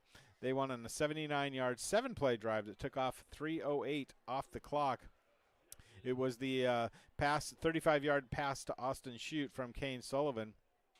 And Kane ran for the 2-point conversion. At that point, it was 15-0. Glencoe went 3 and out on their next drive, so they gave the ball back to McMinnville in really good field position at the McMinnville side of the ball. Excuse me, the Glencoe side of the ball at the 45-yard line. It only took them 3 plays to go that 45 yards in a 1:25 seconds. It was a beautiful setup play with a release of the wide receiver. 37-yard touchdown pass to, 35-yard touchdown pass to Austin Schoof, and it was 21-0. He really felt like McMinnville was rolling, but Glencoe came right back and scored on their next play thanks to that 75-yard pass on 2nd and 22. It was a beautiful pass down to the 7-yard line, and then Zane Bradley came in for a couple plays and punched it in for Glencoe. Kick was good, and it was 21-7 at that point. And both teams kind of had another drive or two in that second half, but nothing came of it, which leads us to our halftime score of 21-7. It's the halftime show here on YamHillToday.com and 1260 KLYC. We'll be back after this timeout. Are you looking to spend less and get more on your next vehicle? At Chuck Colvin Ford Nissan, they've got you covered. As McMinnville's premier Ford and Nissan dealership, they offer a wide selection of new and used cars, trucks, and SUVs, all in a stress-free, customer-first environment. Their motto, big enough to serve you, small enough to care, means you'll enjoy the convenience of a large dealership with the personal touch of a local business. Visit Chuck Colvin Ford Nissan at McMinnville today or call 503-376-9650. Chuck Colvin Ford Nissan. Meeting the needs of not only our team, but our community with kindness and compassion and understanding. We have those moments every day. I think that's probably the coolest part of what I get to do. Treating people with kindness is such an important thing to our hospital. From the moment I show up here to the moment I leave, it is just a collection of big, meaningful moments between the community and staff. Andrew Physical Therapy, Orthopedic and Sports Rehab wants to see you make a full and quick recovery so that you can get back into life and the things that you like to do. Their friendly staff will listen and encourage and guide you through each step of the rehabilitation process, from low back pain to post-surgical rehabilitation after a shoulder surgery or knee replacement. They are here to help. Andrew Physical Therapy, Orthopedic and Sports Rehab, Give them a call at 503-435-1900. As we come back here, Brian Erickson along with Jeff Ivey, and going to go through some scores. Jeff, you're more than welcome to take a break if you'd like, as we have our score, the most important one, score of 21-7 here at halftime. And we'll talk a little bit more about this game and reflect on it and talk about the second half coming up as well. But want to go ahead and pass around some scores from around the state. Take my glasses off so I can see. Sheldon all over West Salem tonight, 21-7. Halftime, you got South Medford 14, North Salem 6. Love to see the Vikings come up there and do something big against South Medford. Grants Pass all over McNary, 35-3. And Sprague on top of North Medford, 14-0. Final already, Hood River Valley 24, Grant 13. Our score here, 21-7. Got it made there. No score from Newburgh, or as they're at Nelson tonight. Beaverton 26, Franklin 7. Dick, your Beavers are playing pretty well right now on top of Franklin. Westview is at LaSalle Prep tonight. No score from there. Putnam is at David Douglas. West Lynn all over Sherwood tonight, 21-0 at halftime. West Lynn. For real again. Let's see. What other scores? Lake Oswego 7, Silverton 7. First quarter score, so still there. And Jeff, that score you gave me, it is turned out to be a lopsided one now. Tualatin on top of my Saxons, 29-14. I know. I was so excited. I know. Well, what can you do? Yeah, that's right. There's still lots of time to go. Let's see, what else do we have for you? Liberty 12, Jefferson 6. We've got Jesuit all over Tigard tonight, 28-7. Let's see, let's check the 5A rankings right now. Springfield on top of Crater, 6-0, first quarter. My nephew's over there playing for the Millers, so hopefully they can continue that game there in fine fashion. Let's see, Redmond, let's see, they're playing at Pendleton Niqually. How do you say that, Nixaqually? No, let me get your microphone here. There you go. Nixaqually, I think. Yeah, I have no idea. I've never said it right in how many years I've been doing this. Did you have a West Salem score? Yes. 21-0. Yeah. Down to Sheldon. Yes. Let me finish my 5A. Okay. Willamette 10, Corvallis nothing. I've got a few more to give you. West Albany 14, Caldera 7. Let's see. We're going to jump into the 4A ranks here. Vale 54, Ontario 3. That game's in the third quarter. Yeah, I know. And crazy running clock, I would hope. I think so. Scappoose losing to Cascade 22-0. Going to try to find some around our areas, getting to the 3A level. We got a Valley Catholic on top of Umatilla, 13-6. That's in our area. Well, close-ish. Willamina, of course, is taking on Rainier. Nisqually. Nisqually. This came up. Thank you, Dick. Dick gave it to us. Thanks. Amity is at Jefferson tonight. We're one of the few Yamhill County games in the area tonight. And everybody then Dayton, on the road. Yep, Dayton's at Warrenton. Oh. So let's see. That's about all the scores I have. Yamhill Carlton's at Sandy Am Christian. And, Jeff, you may have some that I don't have. I am looking. I'm efforting. Okay, but while you're efforting, we can talk about what's going on tomorrow. Yeah. Yes, there is a cross-country. No, there is I was going to say a soccer game out at We've got Oregon and Oregon State tomorrow, and that'll be at Reeser Stadium, 12:30 kickoff. Yeah. You've got a pregame show starting at 10 a.m. tomorrow. Okay. Special 10 a.m. pregame show, usually 2 hours for kickoff. This one's a special 2.5 hours. On 1260. On AM 1260, yes. So we'll bring you the pregame show from 10 to 10:30 to get you started for the Beaverton tailgate show, which starts at 10:30. So Nice. 10 o'clock tomorrow. Tune on. Just keep on 1260 all night long. Yeah. But we'll be bringing you all the action live from the Should be tailgate. The fun. Mac Pack. Scott Thorkelson will be there, of course, from Big Box Returns, and the Mac Pack will be there. There'll be a lot of McMinnville area people down there just having a good time. getting ready for the big game tomorrow. Should be fun. Should be a fun game. Should be a fun game. Going to be some nice weather. Better weather than it was 2 weeks ago, where you felt like you were sitting on the surface of the sun pretty much anywhere on the east side of the stadium. It was I never made it to the east side of the stadium. I didn't think you did.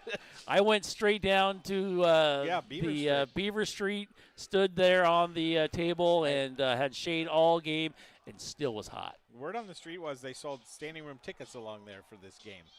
Oh, I'm sure they should. I would have bought them if they would have sold them. Yeah. All righty. We're going to go ahead and take a break as we got about 2.5 minutes before we start our kickoff. And Jeff's got a few more scores he will pass along, so don't go away. Halftime score, 21-7. Grizzlies in the lead. Back after this. Transitions in life. Sometimes it's difficult. When a loved one leaves us, Macy & Son is there for you. A trusted friend for 5 generations in Yamhill County.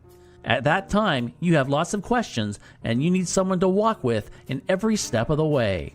Burial or cremation, and a myriad of other options, let Macy & Son walk that journey with you. Macy & Son McMinnville. Give them a call, 503-472-6151.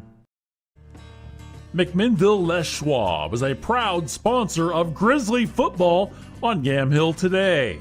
When you shop at Les Schwab, they promise you the best tire value. This means you get free peace of mind protection and free lifetime tire and mileage care included in your purchase. McMinnville Les Schwab. They want to be the neighbor down the street you know and trust. We thank McMinnville Les Schwab for their support of McMinnville Grizzly football. Are you looking to spend less and get more on your next vehicle? At Chuck Colvin Ford Nissan, they've got you covered. As McMinnville's premier Ford and Nissan dealership, they offer a wide selection of new and used cars, trucks, and SUVs, all in a stress-free, customer-first environment. Their motto, big enough to serve you, small enough to care, means you'll enjoy the convenience of a large dealership with the personal touch of a local business. Visit Chuck Colvin Ford Nissan at McMinnville today or call 503-376-9650. Chuck Colvin Ford Nissan. As we come back here, Brian Erickson along with Jeff Ivey, and I want to thank also Dick Mason back at Command Central, helping us out and keeping us situate, flying straight. So, somewhat straight. Keeping us on task. Keeping us, yes. Doing something. Hopefully we don't have to keep him here until 11 o'clock. No, he was not happy of us doing that. Dick, tonight we're promising that we will try to keep it under midnight tonight, preferably. So our score here is 21-7 as we get ready. The Grizzlies are going to kick off, and they'll be the Glencoe Crimson Tide will be going from our left to our right. I need a whoa Nelly out of you tonight at some point. Whoa Nelly. No, I mean like during the game. Not just, okay. Yeah.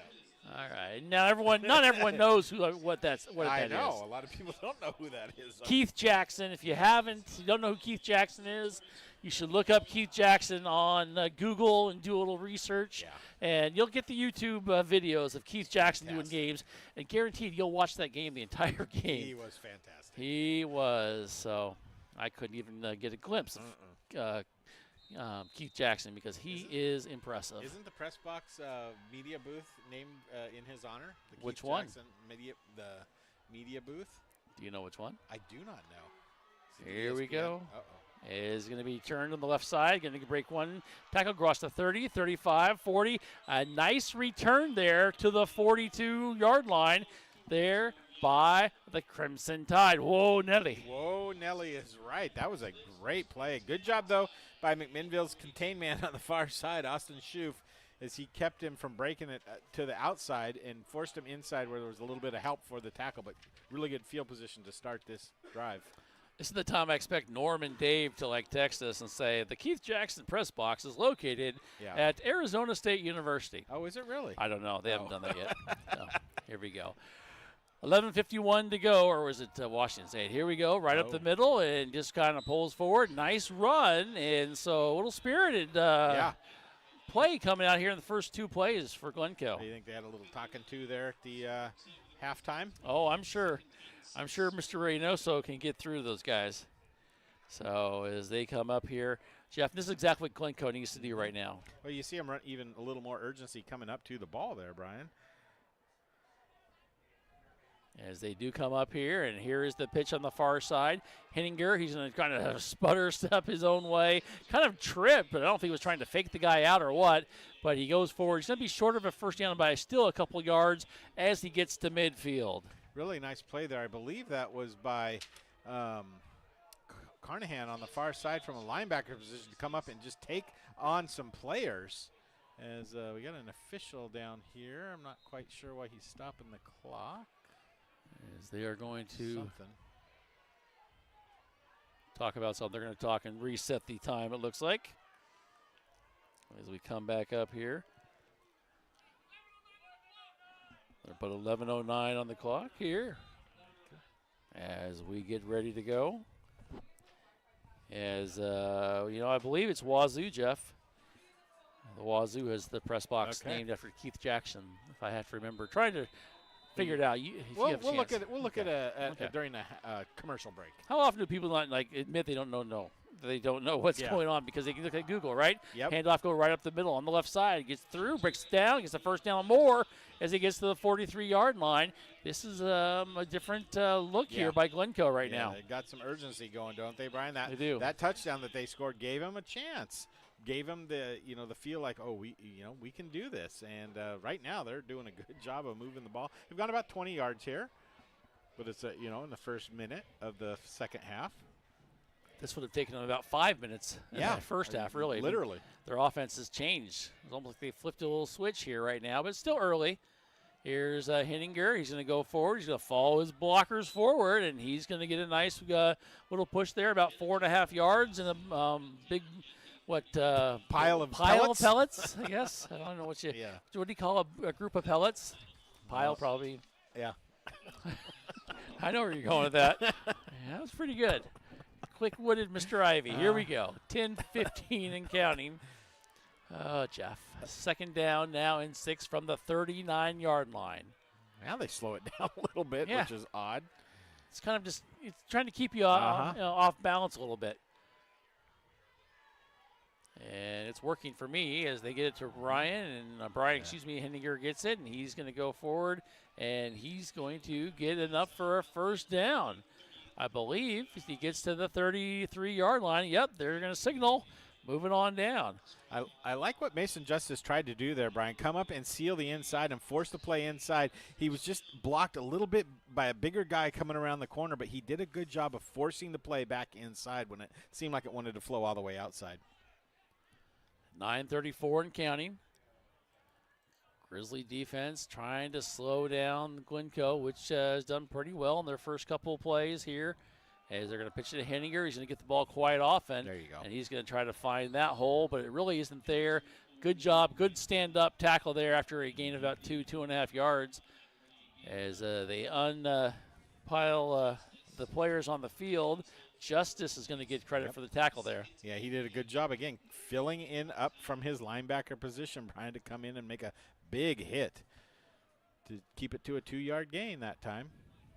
Now, this is where you kind of think they're going to try and bust one of those tight ends down the middle of the field here, Brian. You've run the ball, run the ball, run the ball. Yep, there's an offsides. You knew it was going to happen at some point. Got to have discipline on that defensive front. But I have noticed that Glencoe doesn't do it every time. No. And I think that's what's got them, because on that last play, they didn't do that little shift, I do believe. It's almost like they hold it for a special time, and a good time, and that was very effective there, as it did get them to the 31-yard line. Now brings up 2nd and 3, which allows you to have a few more options. And this is, again, where you might try to bust your tight end down the middle on some sort of seam pattern. Here we go with 8:31. You got single coverage on the tight end on this side. Let's see if they recognize it and try to exploit that. They're going to hand it off. Henninger is going to follow his guy, breaks one tackle, goes to the outside. He is, and he gets forward. First down and more to the 16-yard line. Henninger has had himself a very good game. Stats do reflect it, even though he had a big loss because of the fumble. Yeah, he's up to 80 yards now. And if you take out that 12-yard loss that he had, he'd be at 100 yards. Yeah. So he's doing a really nice job. And here in the second half, he's already up to 7 carries for 37 yards on this drive. We're at the 8-minute mark, just under now, as we come out first and goal. And they're going to hand it off and going forward, just plowing forward, and finally the whistle comes in, but not before he gets to the 5-yard line, Jeff, and gets a nice big gain. 11 yards and another first down. And this is very reminiscent of what McMinnville did on their opening drive. Just run the ball right down the middle and score. I'm hoping they don't score. It's always a good thing. You know, we're at 7.5 here in the third quarter. They've already taken over 4.5 minutes off the clock on this drive. They do trail 21-7. Grizzlies in the lead over the Crimson Tide. I formation, as they usually do. Trying to find where Henninger is now, Jeff. And don't see him out there. Handed it to another back, and they're going to run it forward, but he only gets to like the 2-yard line. Yep, that was Bradley, the little tiny guy. Okay. He must be the power back that comes in short yardage situations. They're going to put him down at the 2, so 3-yard gain there for Bradley. It was his third carry of the night, but one of those was a touchdown earlier in the second quarter, and he's going to stay in the game, it looks like. So a little bit of different change of back. Shorter stature, thicker legs, maybe a little bit more power that you need down at the goal line a lot of times.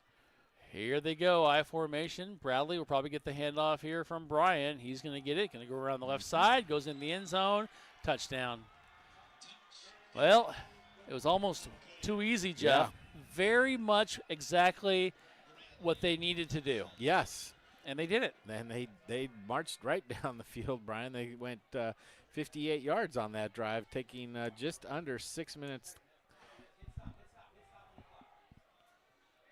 6 minutes to get that score, and that's going to get them a little bit closer now, as it is 13-7, as they will kick the extra point here.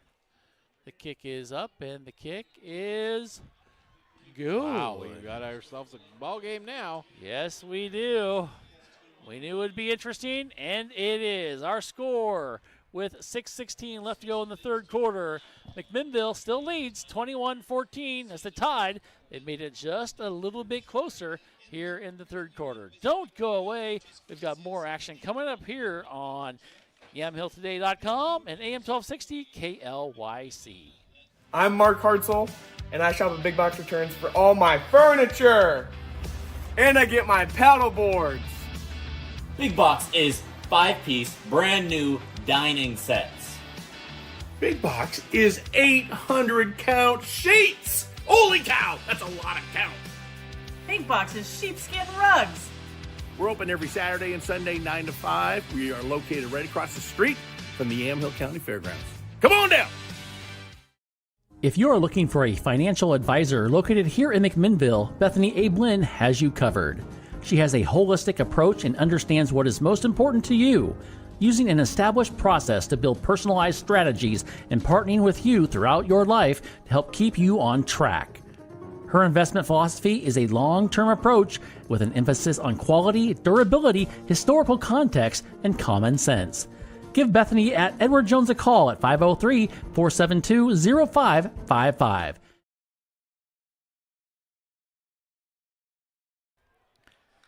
Really bad special As we teams. come back, Jeff, you're saying it right now. What's going on? Well, to Glencoe's credit, they're going to get the ball. That was the special teams for McMinnville, quite honestly, on the kickoffs has been a struggle, and right there you see why. Teams are going to take advantage of it because no McMinnville player has urgency to want to go to the ball, Brian, and make a play on it. And they have to realize when the ball goes 10 yards, it's a live ball. Anybody can get it. And tell you what, great job by Glencoe to come back after the touchdown and just dink it down there just a little bit and get the ball at their 38-yard line of McMinnville now. Great field position with 6:11 to go. Glencoe playing the game they want to play right now. Yes. As they come up here with the ball after that big turnover there by McMinnville.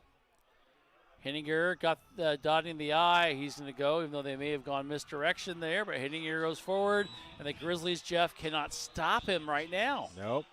That offensive line is making some holes for Henniger, and he's got great vision, Brian. He is able to see when to cut back against the crane, and also has great ability to avoid the tackles, and he's doing a really good job tonight. He's at 99 yards. I have him now on 21 carries.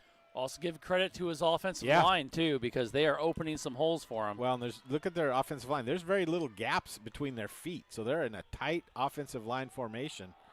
Well, as we say that, Henniger gets hit in the backfield. Landon Fay, first one to greet him and say hello, but Henniger does fall forward to get maybe a yard. Good job there, Landon, coming off the end. Yep, and I got to figure that this is going to be 4-down territory if they don't get to play here. Right.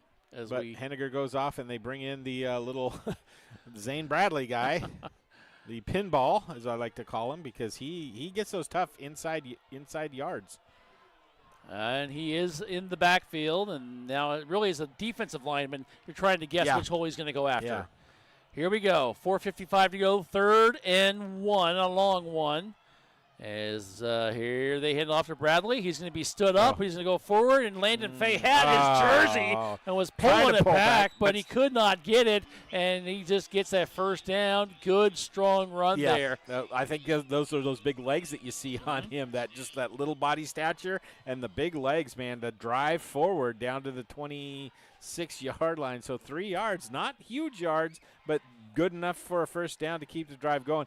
These two backs, maybe not in the but I remember back at Hillsborough, it was Colt Lyerla and another little guy in front of him, and they had like thunder and lightning. Thunder and lightning, and they're not the size difference between them, but they have similar roles, right? So to speak. And it has worked well for them. Yeah. 4:10 to go in the third quarter. They're going to throw it. They're going to throw it here to the receiver. Is that Beauchamp? Yep. And he may have dropped the ball too, but he's going to get a reception, and he's going to pick up about 7 yards. Nice job there. Nice throw by Ryan, and Beauchamp, good hands on him. Yeah, it was a good play, and you could see single coverage out there. They were hoping maybe for a missed tackle, and Beauchamp could use his size and speed to get away from him. Picked up some good yards, though. Make it 2nd down and 4 as 3:42 to go. Wouldn't be surprised if really Glencoe would just love to milk some more time here, too, and then try to get into the end zone. Here we go. Henniger, he's going to go to the right side. He's going to follow his guys and just keep rolling, spins his way, and gets down near the 11-yard line.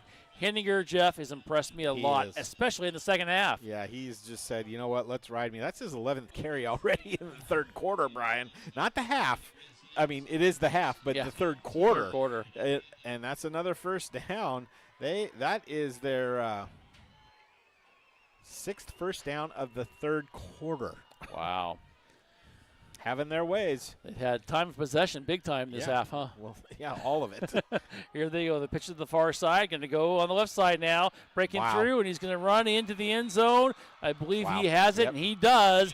Another touchdown. And, Jeff, I said it earlier, but way too easy. Yeah, and you thought McMinnville was in a really good place, Brian, at 21-0. Give credit to Glencoe because they have battled back to maybe draw even with a good extra point here. Yeah,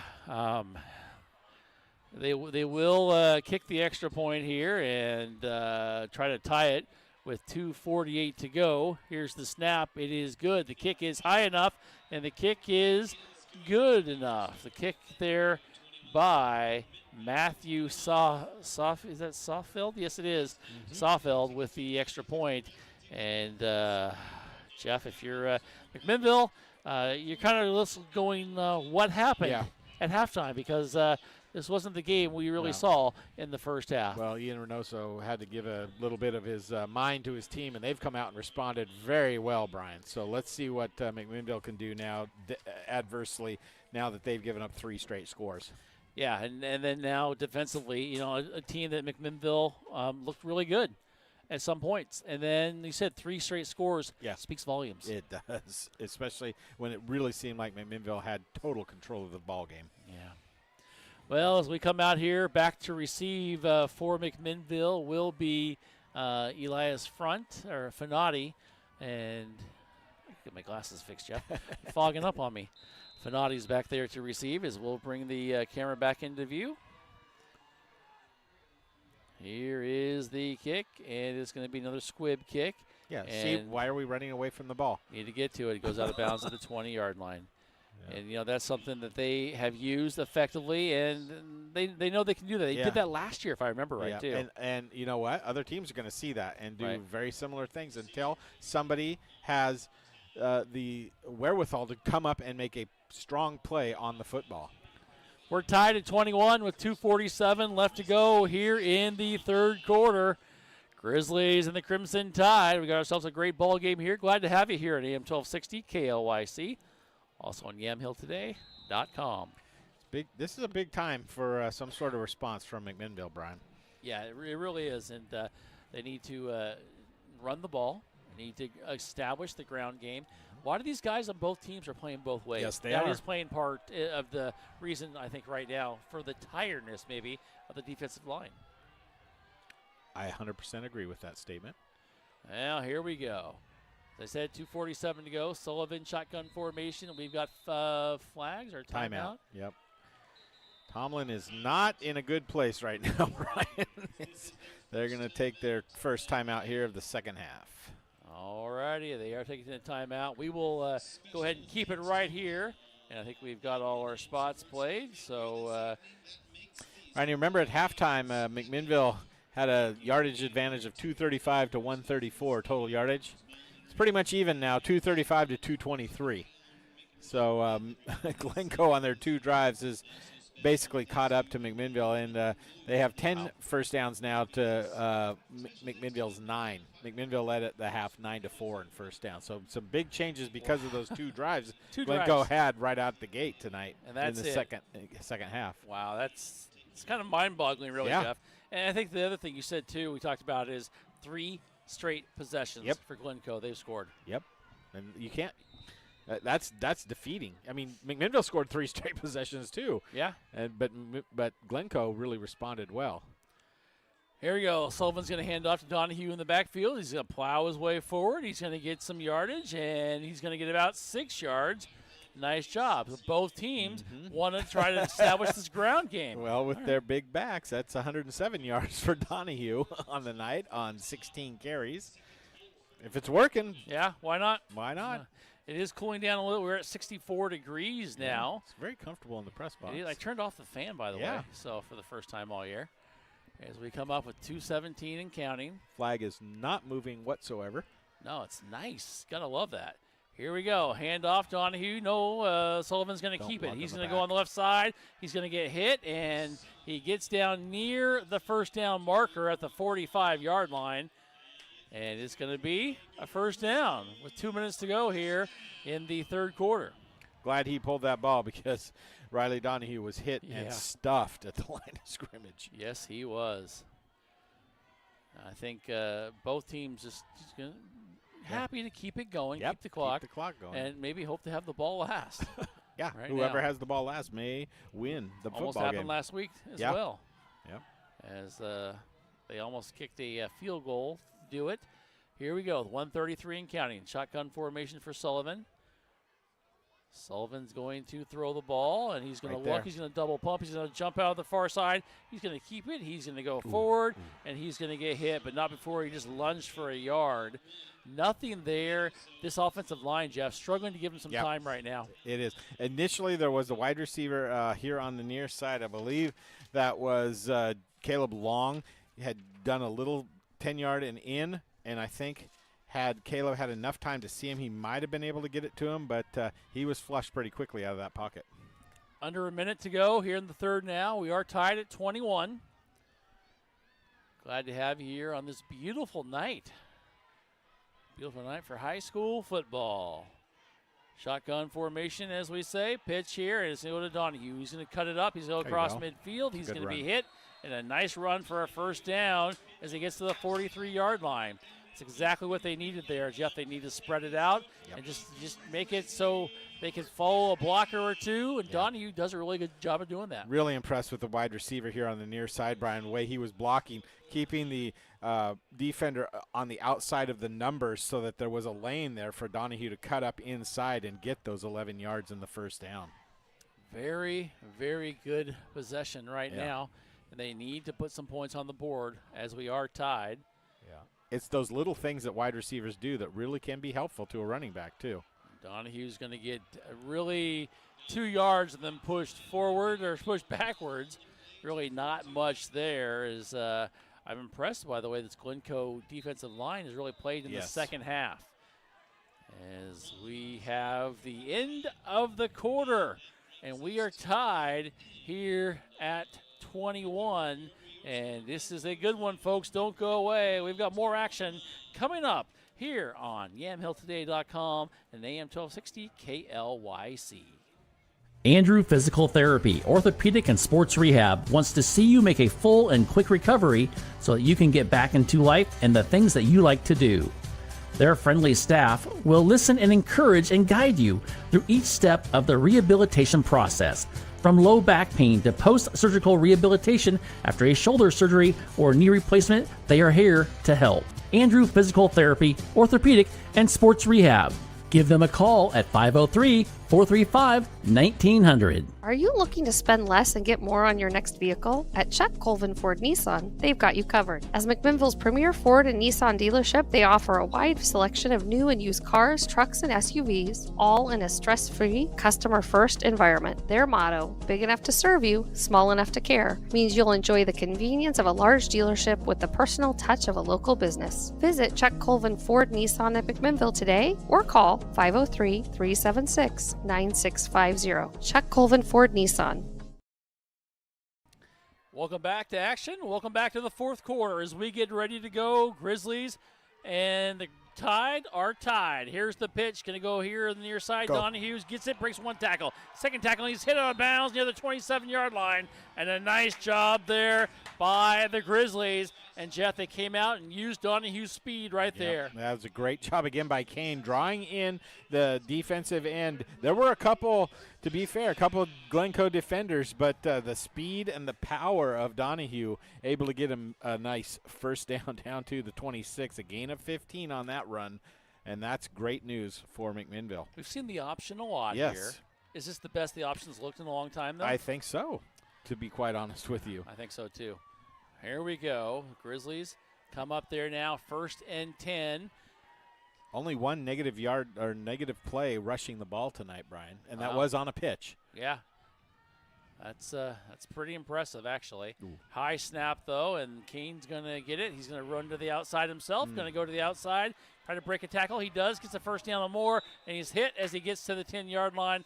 But a flag back at the 21-yard line. It might be a block in the back. When Kane initially cut up inside and then popped it back outside, I think the defender turned to chase him, and he got pushed in the back, Brian. And that's going to negate a nice run there by Kane. See what the officials say. Yeah, they're moving back. So moving on back is what they're going to do. Is we have 11:43 to go here in the ball game of regulation. I should say now since we are tied. 21 all, and that's a tough one. Nice run there by Kane. Very nice. That negates it. Takes it back to the 32. Yeah, that was a. You hope that's not a momentum shifter or killer, but brings up, what are they going to call it, 1st and 17, 16, something like that? You can take a little more time off the clock, though, I suppose. Yeah, and that's not a bad thing. I mean, you're trying to limit possession also. I mean, that's what you do. Here we go, 1st and 16. 8th play of the drive. A lot of long drives tonight. Here is Kane. He's going to keep it. He's going to do a late pitch. The ball's on the ground and picked up to the 33. I just mentioned how the option was running so well. The announcer jinx, huh? Both. Oh, man. Darn it. Oh, they're going to give him a loss of 1 on that. Yeah, and you just mentioned only one loss. So. One negative play in the running game. Well, make it 2. Oh, my. 11:19 to go here in the ball game. Grizzlies now 2nd down and 17. Yeah, it's about right. From the 34. Let's see if they have to decide to go to the air here or decide to run it. Let's see how wide open that middle of the field is, Brian. If you can get a wide receiver in there, they rotate the safety over, but Kane's going to get back and thrown back in the backfield and sacked. The 43. I think he may have seen what you were thinking, and he gets thrown down. And we've got a couple of guys getting up slowly. One guy for both sides. Grizzly got up, and then now the guy from Glencoe has a cramp, is what it looks like, with 10:46 to go. And we will go ahead and call a timeout as well. We'll take the timeout. 10:46 left to go in the ball game. Our score, 21-all. Don't go away. We'll be right back here on AM 1260 and YamhillToday.com. Here's a message from Willamette Valley Medical Center. Meeting the needs of not only our team, but our community with kindness and compassion and understanding. We have those moments every day. I think that's probably the coolest part of what I get to do. Treating people with kindness is such an important thing to our hospital. From the moment I show up here to the moment I leave, it is just a collection of big, meaningful moments between the community and staff. Transitions in life. Sometimes it's difficult. When a loved one leaves us, Macy & Son is there for you, a trusted friend for 5 generations in Yamhill County. At that time, you have lots of questions and you need someone to walk with in every step of the way. Burial or cremation and a myriad of other options, let Macy & Son walk that journey with you. Macy & Son McMinnville. Give them a call, 503-472-6151. Welcome back here. As we come back, Sullivan's going to throw right away. He's going to throw across the middle. Has the receiver. It is caught. He's going to go down into the end zone. He's going to get there. He does. Touchdown, Grizzlies. Perfect pass there to Jace Matlack. And Matlack with a nice reception and a great run after catch for the score. And Brian, the time and the patience that Kane Sullivan had to wait for that play to develop was outstanding. He waited for them to come open, wide open, a little skinny post into the middle of the field and hit him in stride for the 43-yard touchdown pass. Awesome play there coming out of the timeout, and that was huge. Jace is having himself a game tonight, Brian. That's his 4th reception for 74 yards and a touchdown. Now, if you're Jace, you have to like what you've been doing here tonight, as it makes it 27-21, and there's some confusion out there right now. Who's kicking? And these are the little things, though, that can start to drive a coach crazy. Last week, McMinnville had a couple special teams players that were not out on the field at the right time, and I think they had to take a timeout on one of them. Here's the snap, and the kick is up, and the kick is good. It was a little low, but it went through, so 28-21. McMinnville in the lead. Well, if you're McMinnville, you have to like what happened there. And the key was that timeout, Jeff. They came right back at it and had a play drew up for that situation and caught Glencoe off guard. Yeah, they really did. Because, you're not thinking you're going to get the first down on that. You might get 10 or 15 yards, but a perfect thrown dart by Kane Sullivan results in the touchdown. And, I don't want to not say that Matlack didn't do anything on that, because he used some speed to pull away and get into the end zone. I mean, the throw was there, but you're right. It was Matlack and his wheels that allowed him to get to the end zone, as they're working on him. Looks like they're rolling his leg a little bit down here in the field. Got some cramps. I thought we were out of that season. Yeah. There have been a few of them here tonight. With 10:31 to go now, it's 28-21. McMinnville in the lead. And now the defense, Jeff, you're going to have to ask them to come up here and make some plays and some stops now. You haven't been able to stop them for three possessions in a row? Yeah. You need to stop now. Well, and McMinnville went on 10 plays and 65 yards and 4:17 to score, Brian. So that's good news. Now let's see if you can shut down a pretty good running attack from Glencoe this last. Oh, and they're doing the same thing. Get on that ball. And they do, barely, is at the 36-yard line. And that's where they will have it with 10:25 to go. The problem with the Glencoe offense, Jeff, is that it takes usually a lot of time. Yeah. And so they're right where they want to be. They're in the game. They're only one score down. This is what they need to do. So they don't mind, hey, we'll take 6 or 7 minutes off here if we can. Yeah.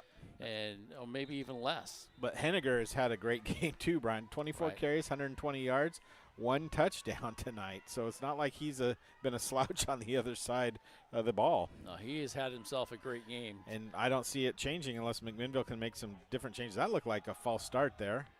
There is Henniger, and here comes the flag coming in way late, if that's it. Yeah.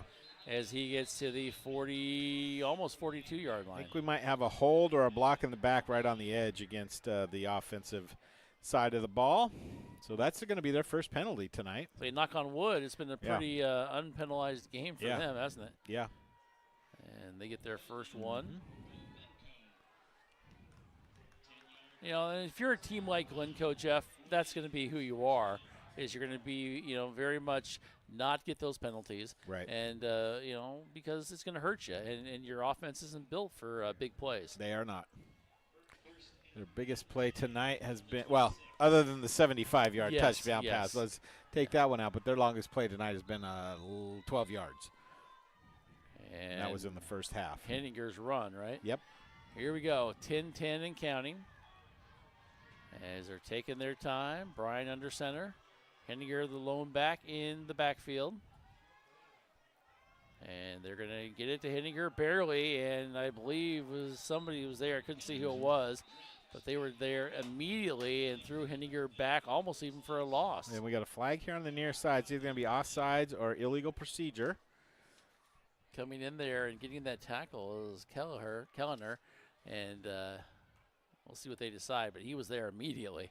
Looks like they're talking to Tomlin. Is he going to decline it? Illegal or false start. They're going to decline it, so they're going to take the run of no yards there by Henniger. Well, second down and 19. You might as well, Jeff, and make them work for it. Yep. So every once in a while I look down and kind of get the glimpse of the Grizzly uniforms. Yeah, and and think the Steve New England. Grogan. Yeah, I was going to say the old New England Patriots, don't you? Exactly. Steve Grogan, all those guys. Oh, my word. I think I might have some of those football cards. I know I do. In the day. Here we go. 9:44 to go. Brian's going to throw the ball. He's going to throw it across the middle. Has a receiver and incomplete. The receiver had a beat on him, Jeff, but just overthrow.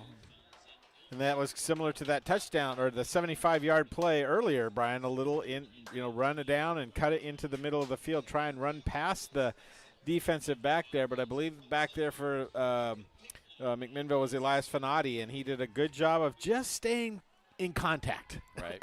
And that, that's a little bit nerve-wracking when you're a wide receiver running down there. Am I going to get hit? Am I going to get pulled back? Who knows? And so that was a good job. This is a big play here for McMinnville, I feel, with 9:36 to go.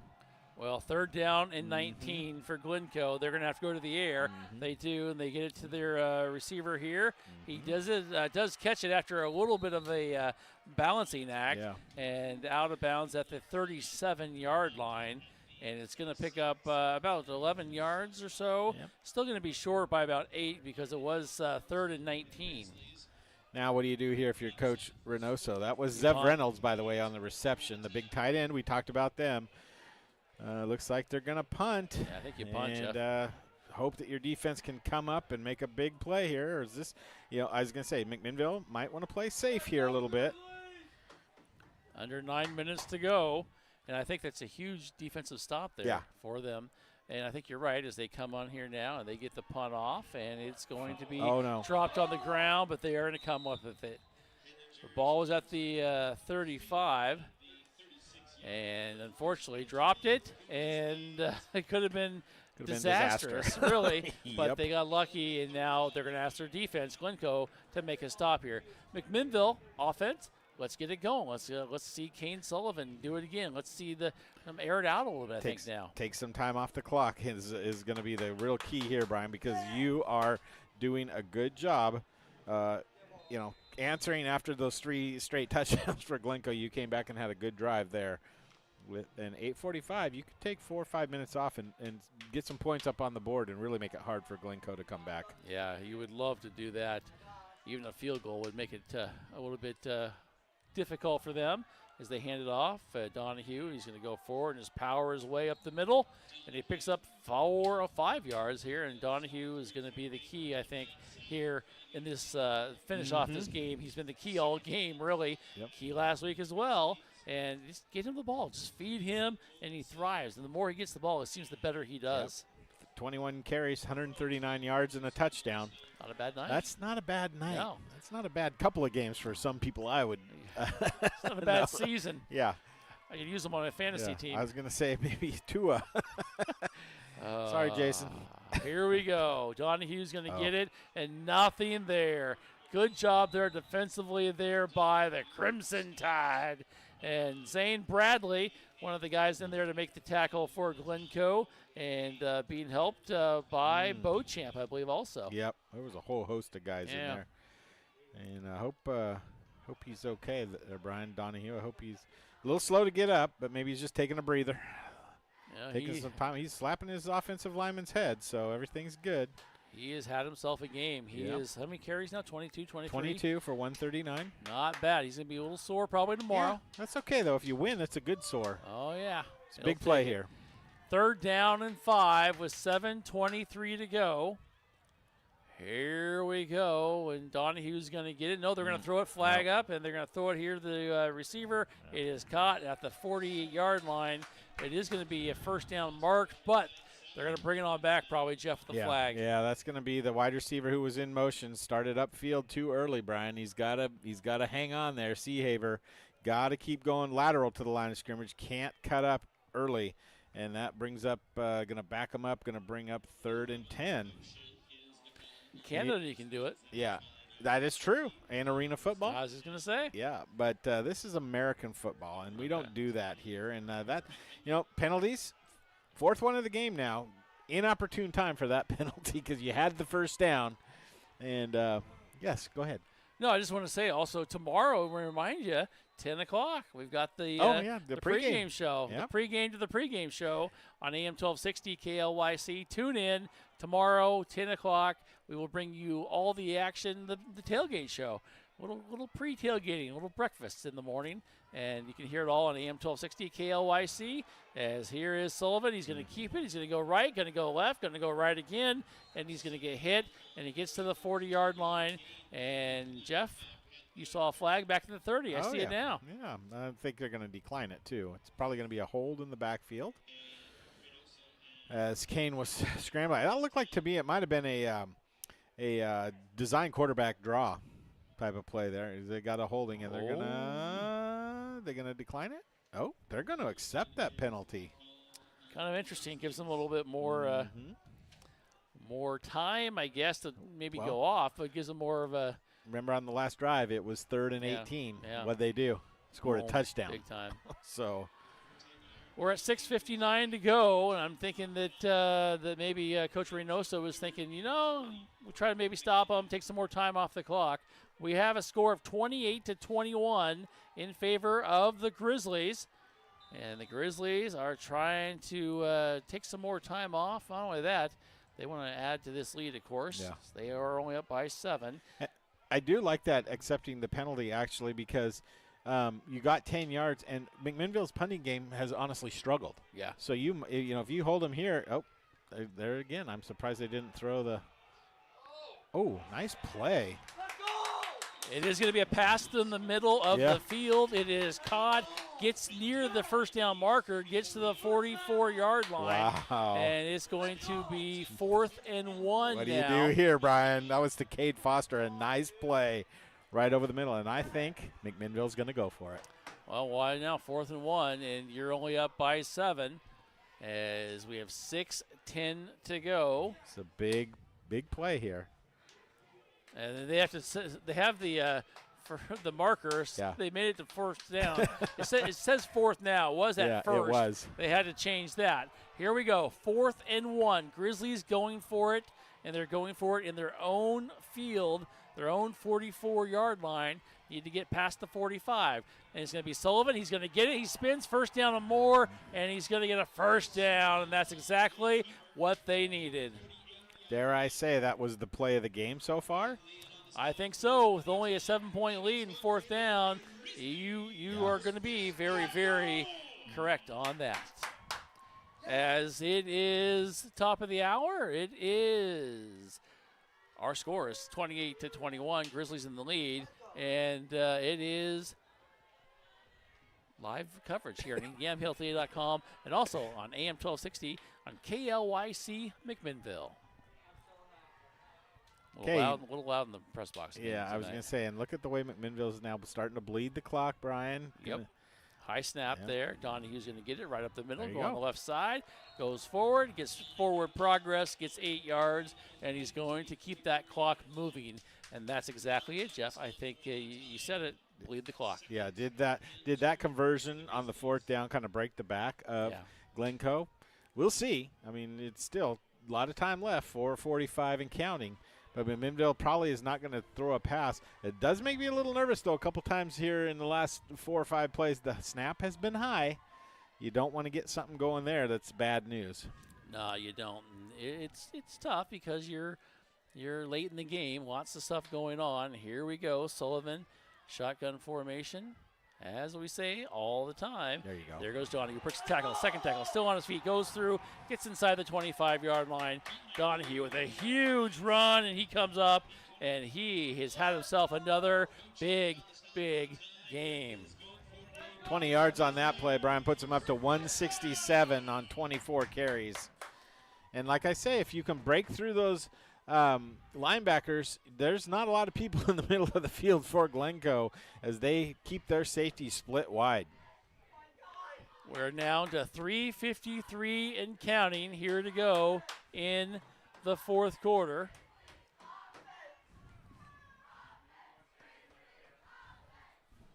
As they come up here, shotgun formation, Jeff, slowly taking their time. Bleed that clock, and Kane looking at the official. Yes, they are. Going to head off to Donahue. He's going to go right up the middle, and he is just going to keep moving, and he picks up 7.5, maybe 8.5 yards there.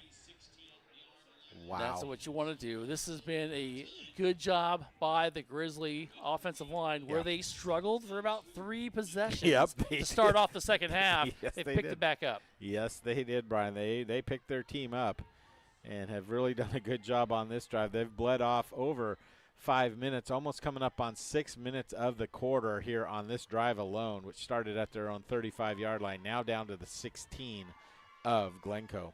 Thank you, McMinnville, Jeff. You just want to keep moving that clock. Yep. More than putting points on the board right now. 2:50 and counting. Sullivan. Oh. High snap once again, and a good job there, and just kind of diving out of the backfield and making the play there, and a good stop there by Glencoe's Luke Tellez, and with a good play, and that's what they needed, Jeff. Yeah, and Glencoe is now going to use one of their first timeouts here of the second half. We'll take the timeout as well with 2:34 left to go in the ball game. Grizzlies lead 28-21. We'll be back right after this. Andrew Physical Therapy, Orthopedic and Sports Rehab wants to see you make a full and quick recovery so that you can get back into life and the things that you like to do. Their friendly staff will listen and encourage and guide you through each step of the rehabilitation process. From low back pain to post-surgical rehabilitation after a shoulder surgery or knee replacement, they are here to help. Andrew Physical Therapy, Orthopedic and Sports Rehab. Give them a call at 503-435-1900. I'm Mark Hartzell, and I shop at Big Box Returns for all my furniture. And I get my paddle boards. Big Box is 5-piece, brand new dining sets. Big Box is 800 count sheets. Holy cow, that's a lot of count. Big Box is sheepskin rugs. We're open every Saturday and Sunday 9 to 5. We are located right across the street from the Yamhill County Fairgrounds. Come on down. As we come back here, the Grizzlies, Jeff, have the lead, have the ball. 3rd down and 3. First timeout taken there by Glencoe. Yeah, and that was a great job by the defensive lineman. The high snap affected that the timing on that play, and the defensive lineman was able to shoot through the gap there. It looked between like the center and the guard and get in the backfield just a split second after the ball was handed off because of the high snap. Well, you're not going to change your shotgun formation, which you've been in all night and all Correct. season long. Nope. But still gets a little iffy there. A good snap there. And Cole Sullivan's going to keep it himself, running around the right side. Gets a first down and more inside the 10-yard line. And that is a huge play there for Kane Sullivan and the Grizzlies to get that first down and just keep that clock moving. What I really like on that play from Kane was that as he was getting into traffic, he covered the ball up with both hands, Brian, and kind of turned his shoulder a little bit so he avoided the big contact. And now it's why is the clock stopped here? I'm not quite sure. Okay, there we go. Okay. 2:22 and counting now as they do get it going. And the Grizzlies, Jeff, are first and goal from the 8-yard line. And now's the time I think you just reward Donahue and let him go and let him see if you can punch it in or at least just keep the clock going. Here's the handoff. Guess who? Donahue goes right up the middle, flings himself down near the 3-yard line, maybe even 1-yard line, a good spot there. And that was a nice run there by Mr. Donahue. And I think you just keep rewarding him, get him in the end zone. Yep, second and goal now, and take your time. It looks like Glencoe's not going to call one of their last 2 timeouts here. Kind of the writing seems to be on the wall, especially if they score here. Nice balance. Donahue. He just kept his feet going. And how he did that, Jeff. That was amazing. Because he was tripped up. The guy shot the gap on the Glencoe side, but Donahue kept his balance. And Donahue's low to the ground anyway, and he was able just to keep just moving those feet going, and he just fell forward into the end zone. Nice job there by Donahue, and glad to see him get rewarded. That was a big hit he took, too, and was able to stay on his feet, keep those feet churning, and get the touchdown to seal the deal here for McMinnville. All righty. As Kellner comes on to kick the extra point. As we'll put some points on the board for us would be nice. And not only us, but me personally, as they come on and kick the extra point. And the point is up, and the kick is good. Well, Jeff, they max it 35-21. Gotta like the way the Grizzlies have come back and made it their ball game here with 1:34 to go. We'll talk more about that as we take this break here with 1:34 to go. 35-21. Don't go away. You're listening to YamHillToday.com and AM 1260 KLYC. Here's a message from Willamette Valley Medical Center. Meeting the needs of not only our team, but our community with kindness and compassion and understanding. We have those moments every day. I think that's probably the coolest part of what I get to do. Treating people with kindness is such an important thing to our hospital. From the moment I show up here to the moment I leave, it is just a collection of big, meaningful moments between the community and staff. Andrew Physical Therapy, Orthopedic and Sports Rehab wants to see you make a full and quick recovery so that you can get back into life and the things that you like to do. Their friendly staff will listen and encourage and guide you through each step of the rehabilitation process. From low back pain to post-surgical rehabilitation after a shoulder surgery or knee replacement, they are here to help. Andrew Physical Therapy, Orthopedic and Sports Rehab. Give them a call at 503-435-1900. As we come back, here is the kick. It is dropped at the 20 and going around the right side to the 24, then flung forward to about the 31-yard line. And that's where the Crimson Tide will take over with 1:25 to go in this ball game. Well, Brian, on the last 2 consecutive drives from McMinnville, they've gone 130 yards in two possessions, 22 plays, took off 12 minutes and 18 seconds off the clock in the second half. Wow. In just 2 drives. And, the 2 drives before that, Glencoe had gone about 100 yards in 17 plays in about 9 minutes of time. So both teams kind of taking advantage there. So it looks like we're going to have a penalty here. Yeah. Here, a 10-yard penalty back to the 20-yard line to start this drive for Glencoe. Their first accepted penalty of the night. Wow. That's, time of possession is kind of crazy when you look at it. Yeah. It doesn't really tell the story of tonight's game, but it's interesting to see, how it affected tonight's game. With 1:25 to go in the ball game, 35-21. Fourth possession of the half for Glencoe. McMinnville's only had 2. Wow, that's kind of wild, actually. Here we go, and there Brian's going to throw it. Has a receiver, and it is caught at the 50-yard line. He's got one man to beat, and can he do it? I think he does. What a play. That's exactly what they didn't want to have, Jeff. Well, 80-yard pass play there, 75-yard one earlier, and that was a thing of beauty by the receiver there, Nixon Ravens, to come up and make a big play, but even a better pass for the touchdown. We still got a ball game. Ravens one catch of the night. Is that right? That's it. I mean, we haven't said his name all night long. Nope. I didn't even know who he was. I was like, he didn't introduce himself, did he? No. Well, he introduced himself to the defense right there. He was a late guest to the party there as they scored to make it 35-27. Here is the snap, and the kick is up, and the kick is good. We'll keep it right here. Jeff.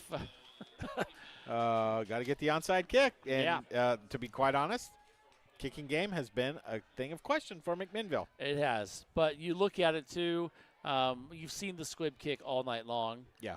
You know it's going to be some version of that, right? Yes. And so you're just kind of which side it's going to go to is kind of the question that you're going to ask yourself there. Right.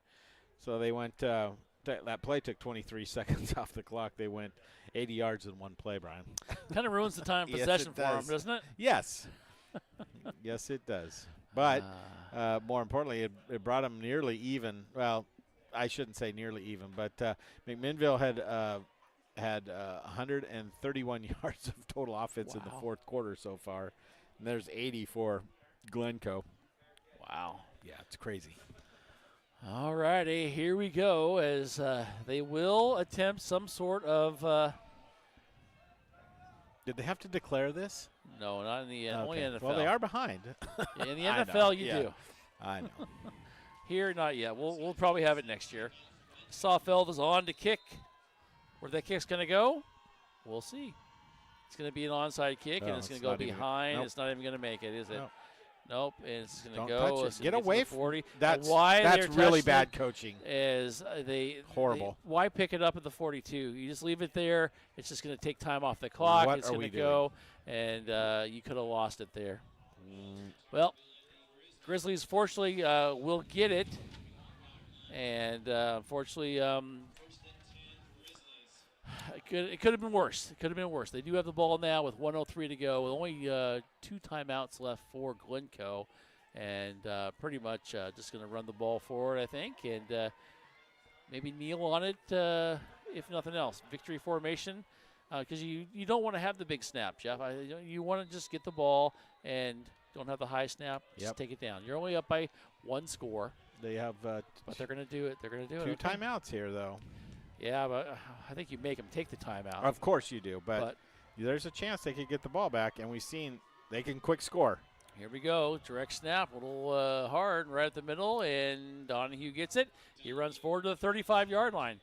Still kind of scary, and there is going to be a timeout by Glencoe with 56 seconds to go. 35-28 is our score. And,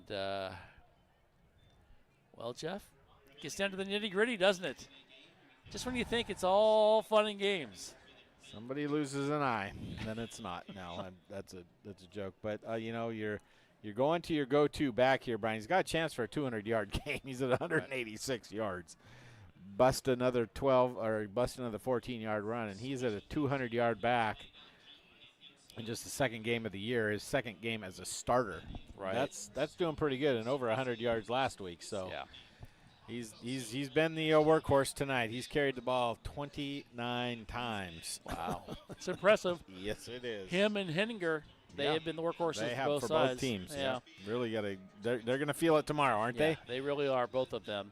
Speaking of tomorrow, 10 o'clock, you'll have the pregame show with the Mac Pack, and that'll be right before the Oregon State football game. You can listen to that game here on AM 1260 KLYC. They'll bring you all the action. Mike Parker will bring it to you. Here we go. 56 seconds to go. Second down. Sullivan's going to take it, go to the left side. He's going to be hit, and he's going to go forward and a little tipsy with the ball as he gets to the inside, maybe inside the 34, I should say. And it's going to bring up third down and another timeout by Glencoe. Okay. This is their last timeout, so you got to figure McMinnville's going to run the ball on this next play. You run the ball, and you give them very little time. Yep, even if, you know. You run the ball backwards and kind of run in circles. You could really take it down, couldn't you? I'd do that on the fourth down play, not the third down play. Just saying. Yeah. Kind of surprise them a little bit. Yeah, it would, but you could run it all the way back for a safety and you still win. You know what I mean? You have to kick off, though. Well, if you do it right, you would waste all the time. Yes, that's what I'm saying. That's what I'm saying. Yeah, do it. On the fourth down play. Yeah, you could. Or, no, okay, well, let's just run the ball forward. Yeah. Not make any mistakes and go from there. 35-28, McMinnville in the lead over Glencoe with 43 seconds to go. Grizzlies have the ball, third down and 2, sitting on the Glencoe 33-yard line. Give it to Donahue and have him do a little rumbling, bumbling, stumbling up the middle would be my guess, or even Sullivan would be probably what they look at as well. And they're going to give it to Sullivan. He's going to keep it. He's going to follow Donahue, take his time, then sit down for a sack at the 35-yard line. And he just tried to get as much time as possible, and thinking that if they can not have enough time to snap it, and that should be the game.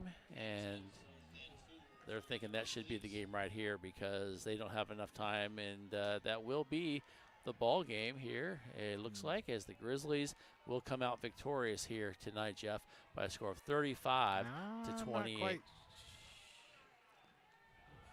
What do you see? I mean, well, the officials were sitting there discussing. They didn't put it down. Oh, they never put the ball down. Okay. So okay. Yeah, no. I got you. So that is going to be the final. And the Grizzlies are victorious here tonight by a score of 35 to 28, and this game got a little more interesting than we expected it to be. Yeah, kudos to Glencoe for coming in here and giving, as a 5A school, giving McMinnville all it could handle. When it looked like McMinnville was going to roll in the first half, I tell you what, that end of the first half and the start of the second half, kudos to Glencoe and the coaching staff because they really did come to play tonight, football, and that's going to be the end of the game. But McMinnville's got to, kind of feel like we let them back in.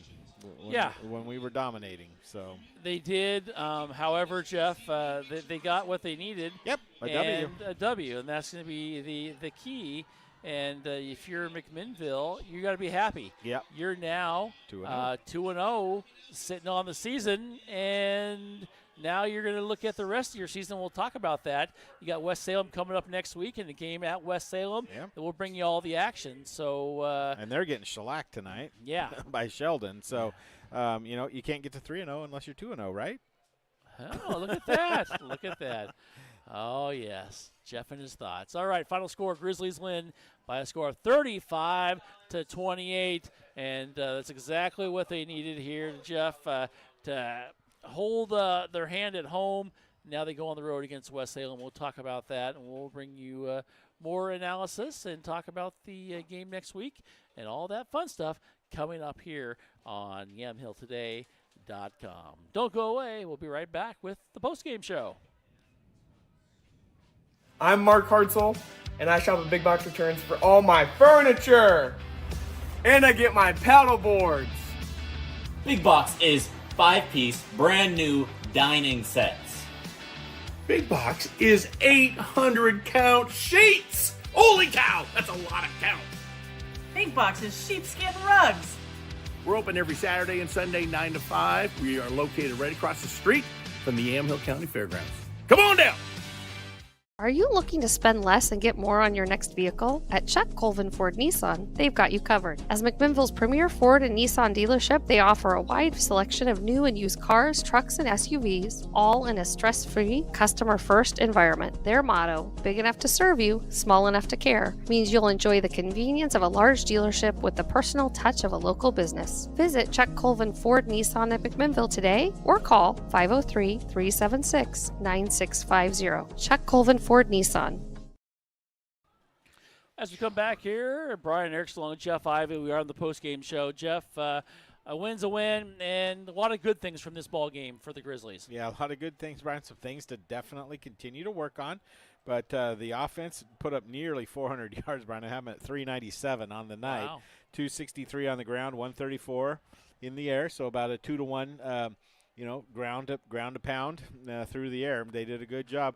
Got a little dicey, though. Wheels came off the bus for a little bit, didn't they, at the end of the second half They and did. into They the did. first part of the third quarter, most of the third quarter, actually. But they righted the ship. Yeah. Able to come back and score a couple big touchdowns in that fourth quarter and really take control of the game back. Glencoe did get another touchdown late in the game to make it close. Give McMinnville something to think about, but ultimately they did a good job tonight. Tonight, Zach Bryan, quarterback for Glencoe, 5 of 12. So what do you think when I say 5 of 12? Do you think 181 yards passing? Because I don't. No. Yeah, 185 yards passing on 5 completions, 1 touchdown, and when he hit a receiver in stride, it was a good play. Their Daniel Hunniger, their big stud running back, 121 yards, tough yards on 26 carries, 4.7 yards a carry and a touchdown. And the only other person to run the ball tonight, the quarterback never even ran it. Zane Bradley carried the ball 4 times for 13 yards and a touchdown. Zev Reynolds had 1 reception for 11. Emick Jimenez had 1 reception for 75. Lincoln Kemper had 1 reception for 9 yards. Aiden Beauchamp had 1 reception for 6 yards. And towards the end of the game, Nixon Ravens had 1 reception for 80 yards. On the McMinnville side of the ball, Kane Sullivan, remember I said I needed him or would like to have him in the 50 to 60% passing completion. Well, he finishes tonight 78%. Only threw the ball 9 times, but completed 7 of them for 134 yards and 2 touchdowns. Riley Donahue, what a stud game. He would be my player of the game tonight, Brian. 29 carries, 186 yards, 2 touchdowns. Kane carried the ball 13 times for 78 yards and a touchdown. Taylor Carnahan carried the ball 2 times for -7, and Henry Seahaver 1 carry for 6 yards. Receiving, Jace Matlock. Where would they have been without him tonight? 4 receptions, 74 yards and a touchdown. Cade Foster had 1 reception for 19 yards. Austin Schoof had 1 reception for 37 yards. That was a touchdown from Kane Sullivan, and Taylor Carnahan had 1 reception for 4 yards. Looking at some of the individual statistics, again, team total yards 397 to 315 in favor of McMinnville. Passing yards 134 for McMinnville, 181 for Glencoe. 155 of those 181 on 2 plays. Just want to mention that. Rushing 263 on 45 carries for McMinnville, just under 6 yards a carry. 30 attempts for Glencoe for 134 yards, about 4.5 yards per carry. McMinnville ended the game 5 penalties for 35 yards. Glencoe had 1 for 10. And let's see, total plays tonight was 54 to 42 in favor of McMinnville, and time of possession 27 minutes for McMinnville and 21 minutes for Glencoe. At the end of the third quarter, it was 17 minutes for McMinnville, 19 minutes for Glencoe. So Glencoe only had the ball for about a minute and some seconds in that fourth quarter. It's crazy. That is crazy. Crazy. Really crazy. So yeah, it was a good overall win. You got to feel good about yourself. You faced adversity for sure in the middle of the game, and you came back and you scored twice on 2 consecutive possessions on really kind of back-breaking drives, Brian. 10-play drive and a 12-play drive that took off nearly 12 minutes of clock between the 2 scoring drives. So there's a lot of positives, but there are some things to work on. Really, really hope that they can dial in their special teams and their kickoff coverage, because that has been, in these first 2 games, an obvious kind of weakness, if so to speak. The offensive and defensive line were making good holes tonight for Donahue and for Sullivan to run, and Sullivan was settled. He was accurate. He didn't get the happy feet, and it was really just good to watch him slinging the ball around tonight to receivers and the receivers making the catches for him. Yeah, that was huge. Catches and then yards after catch. Yep. So a big victory, 35-28. Now you're going on the road for your first game you are. on the road to a typically pretty hostile environment. West Salem's always been pretty good, but they were getting beat up pretty good tonight by, I think they were on the road down to Sheldon. Last score I had was something to nothing. Let's go ahead and see if we can give us some scores Yeah. here, because that's going to be huge, and we have no more breaks to take. Yeah, So okay. our scores will be what we should do right now. And if you've seen the typical Sheldon team, Yeah. they're good. They're very They're very good.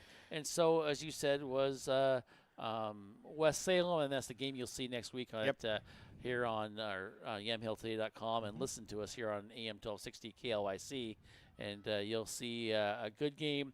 And the interesting one is after. I don't want to look ahead too much, Sure. but look at the game after that on the 27th. They're at Lebanon, Coach Tomlin's old team. Yep. So kind of fun to see that and have him come back home, and that'll be an interesting mix of emotions, I'm sure. Yep. And we'll see you there. But we are going to run down some scores for you right now. That final, Sheldon 42, West Salem 3. Boy.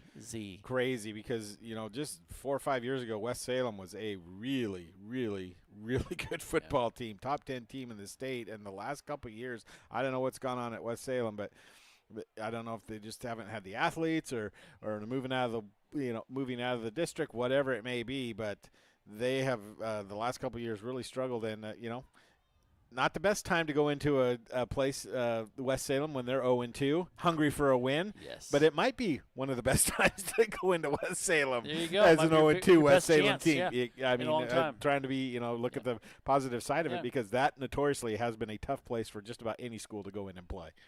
Yeah, so it'll be fun. We'll have that game for you, of course, next week. South Medford all over North Salem, 28-6. Grants Pass all over McNary, 42-9. And the bright spot in the Central Valley Conference, I can't believe it. I got to say, they're going to be 3-0. the Sprague Olympians on top of North Medford, 33-6. And let's see, Newburgh is trailing Nelson 19-0 at halftime. That's not good. Yeah. And going through Westland over Sherwood, 35-0 final in that game. And in the third quarter, Tualatin 46, North Salem 14. Tough one there for the Saxons.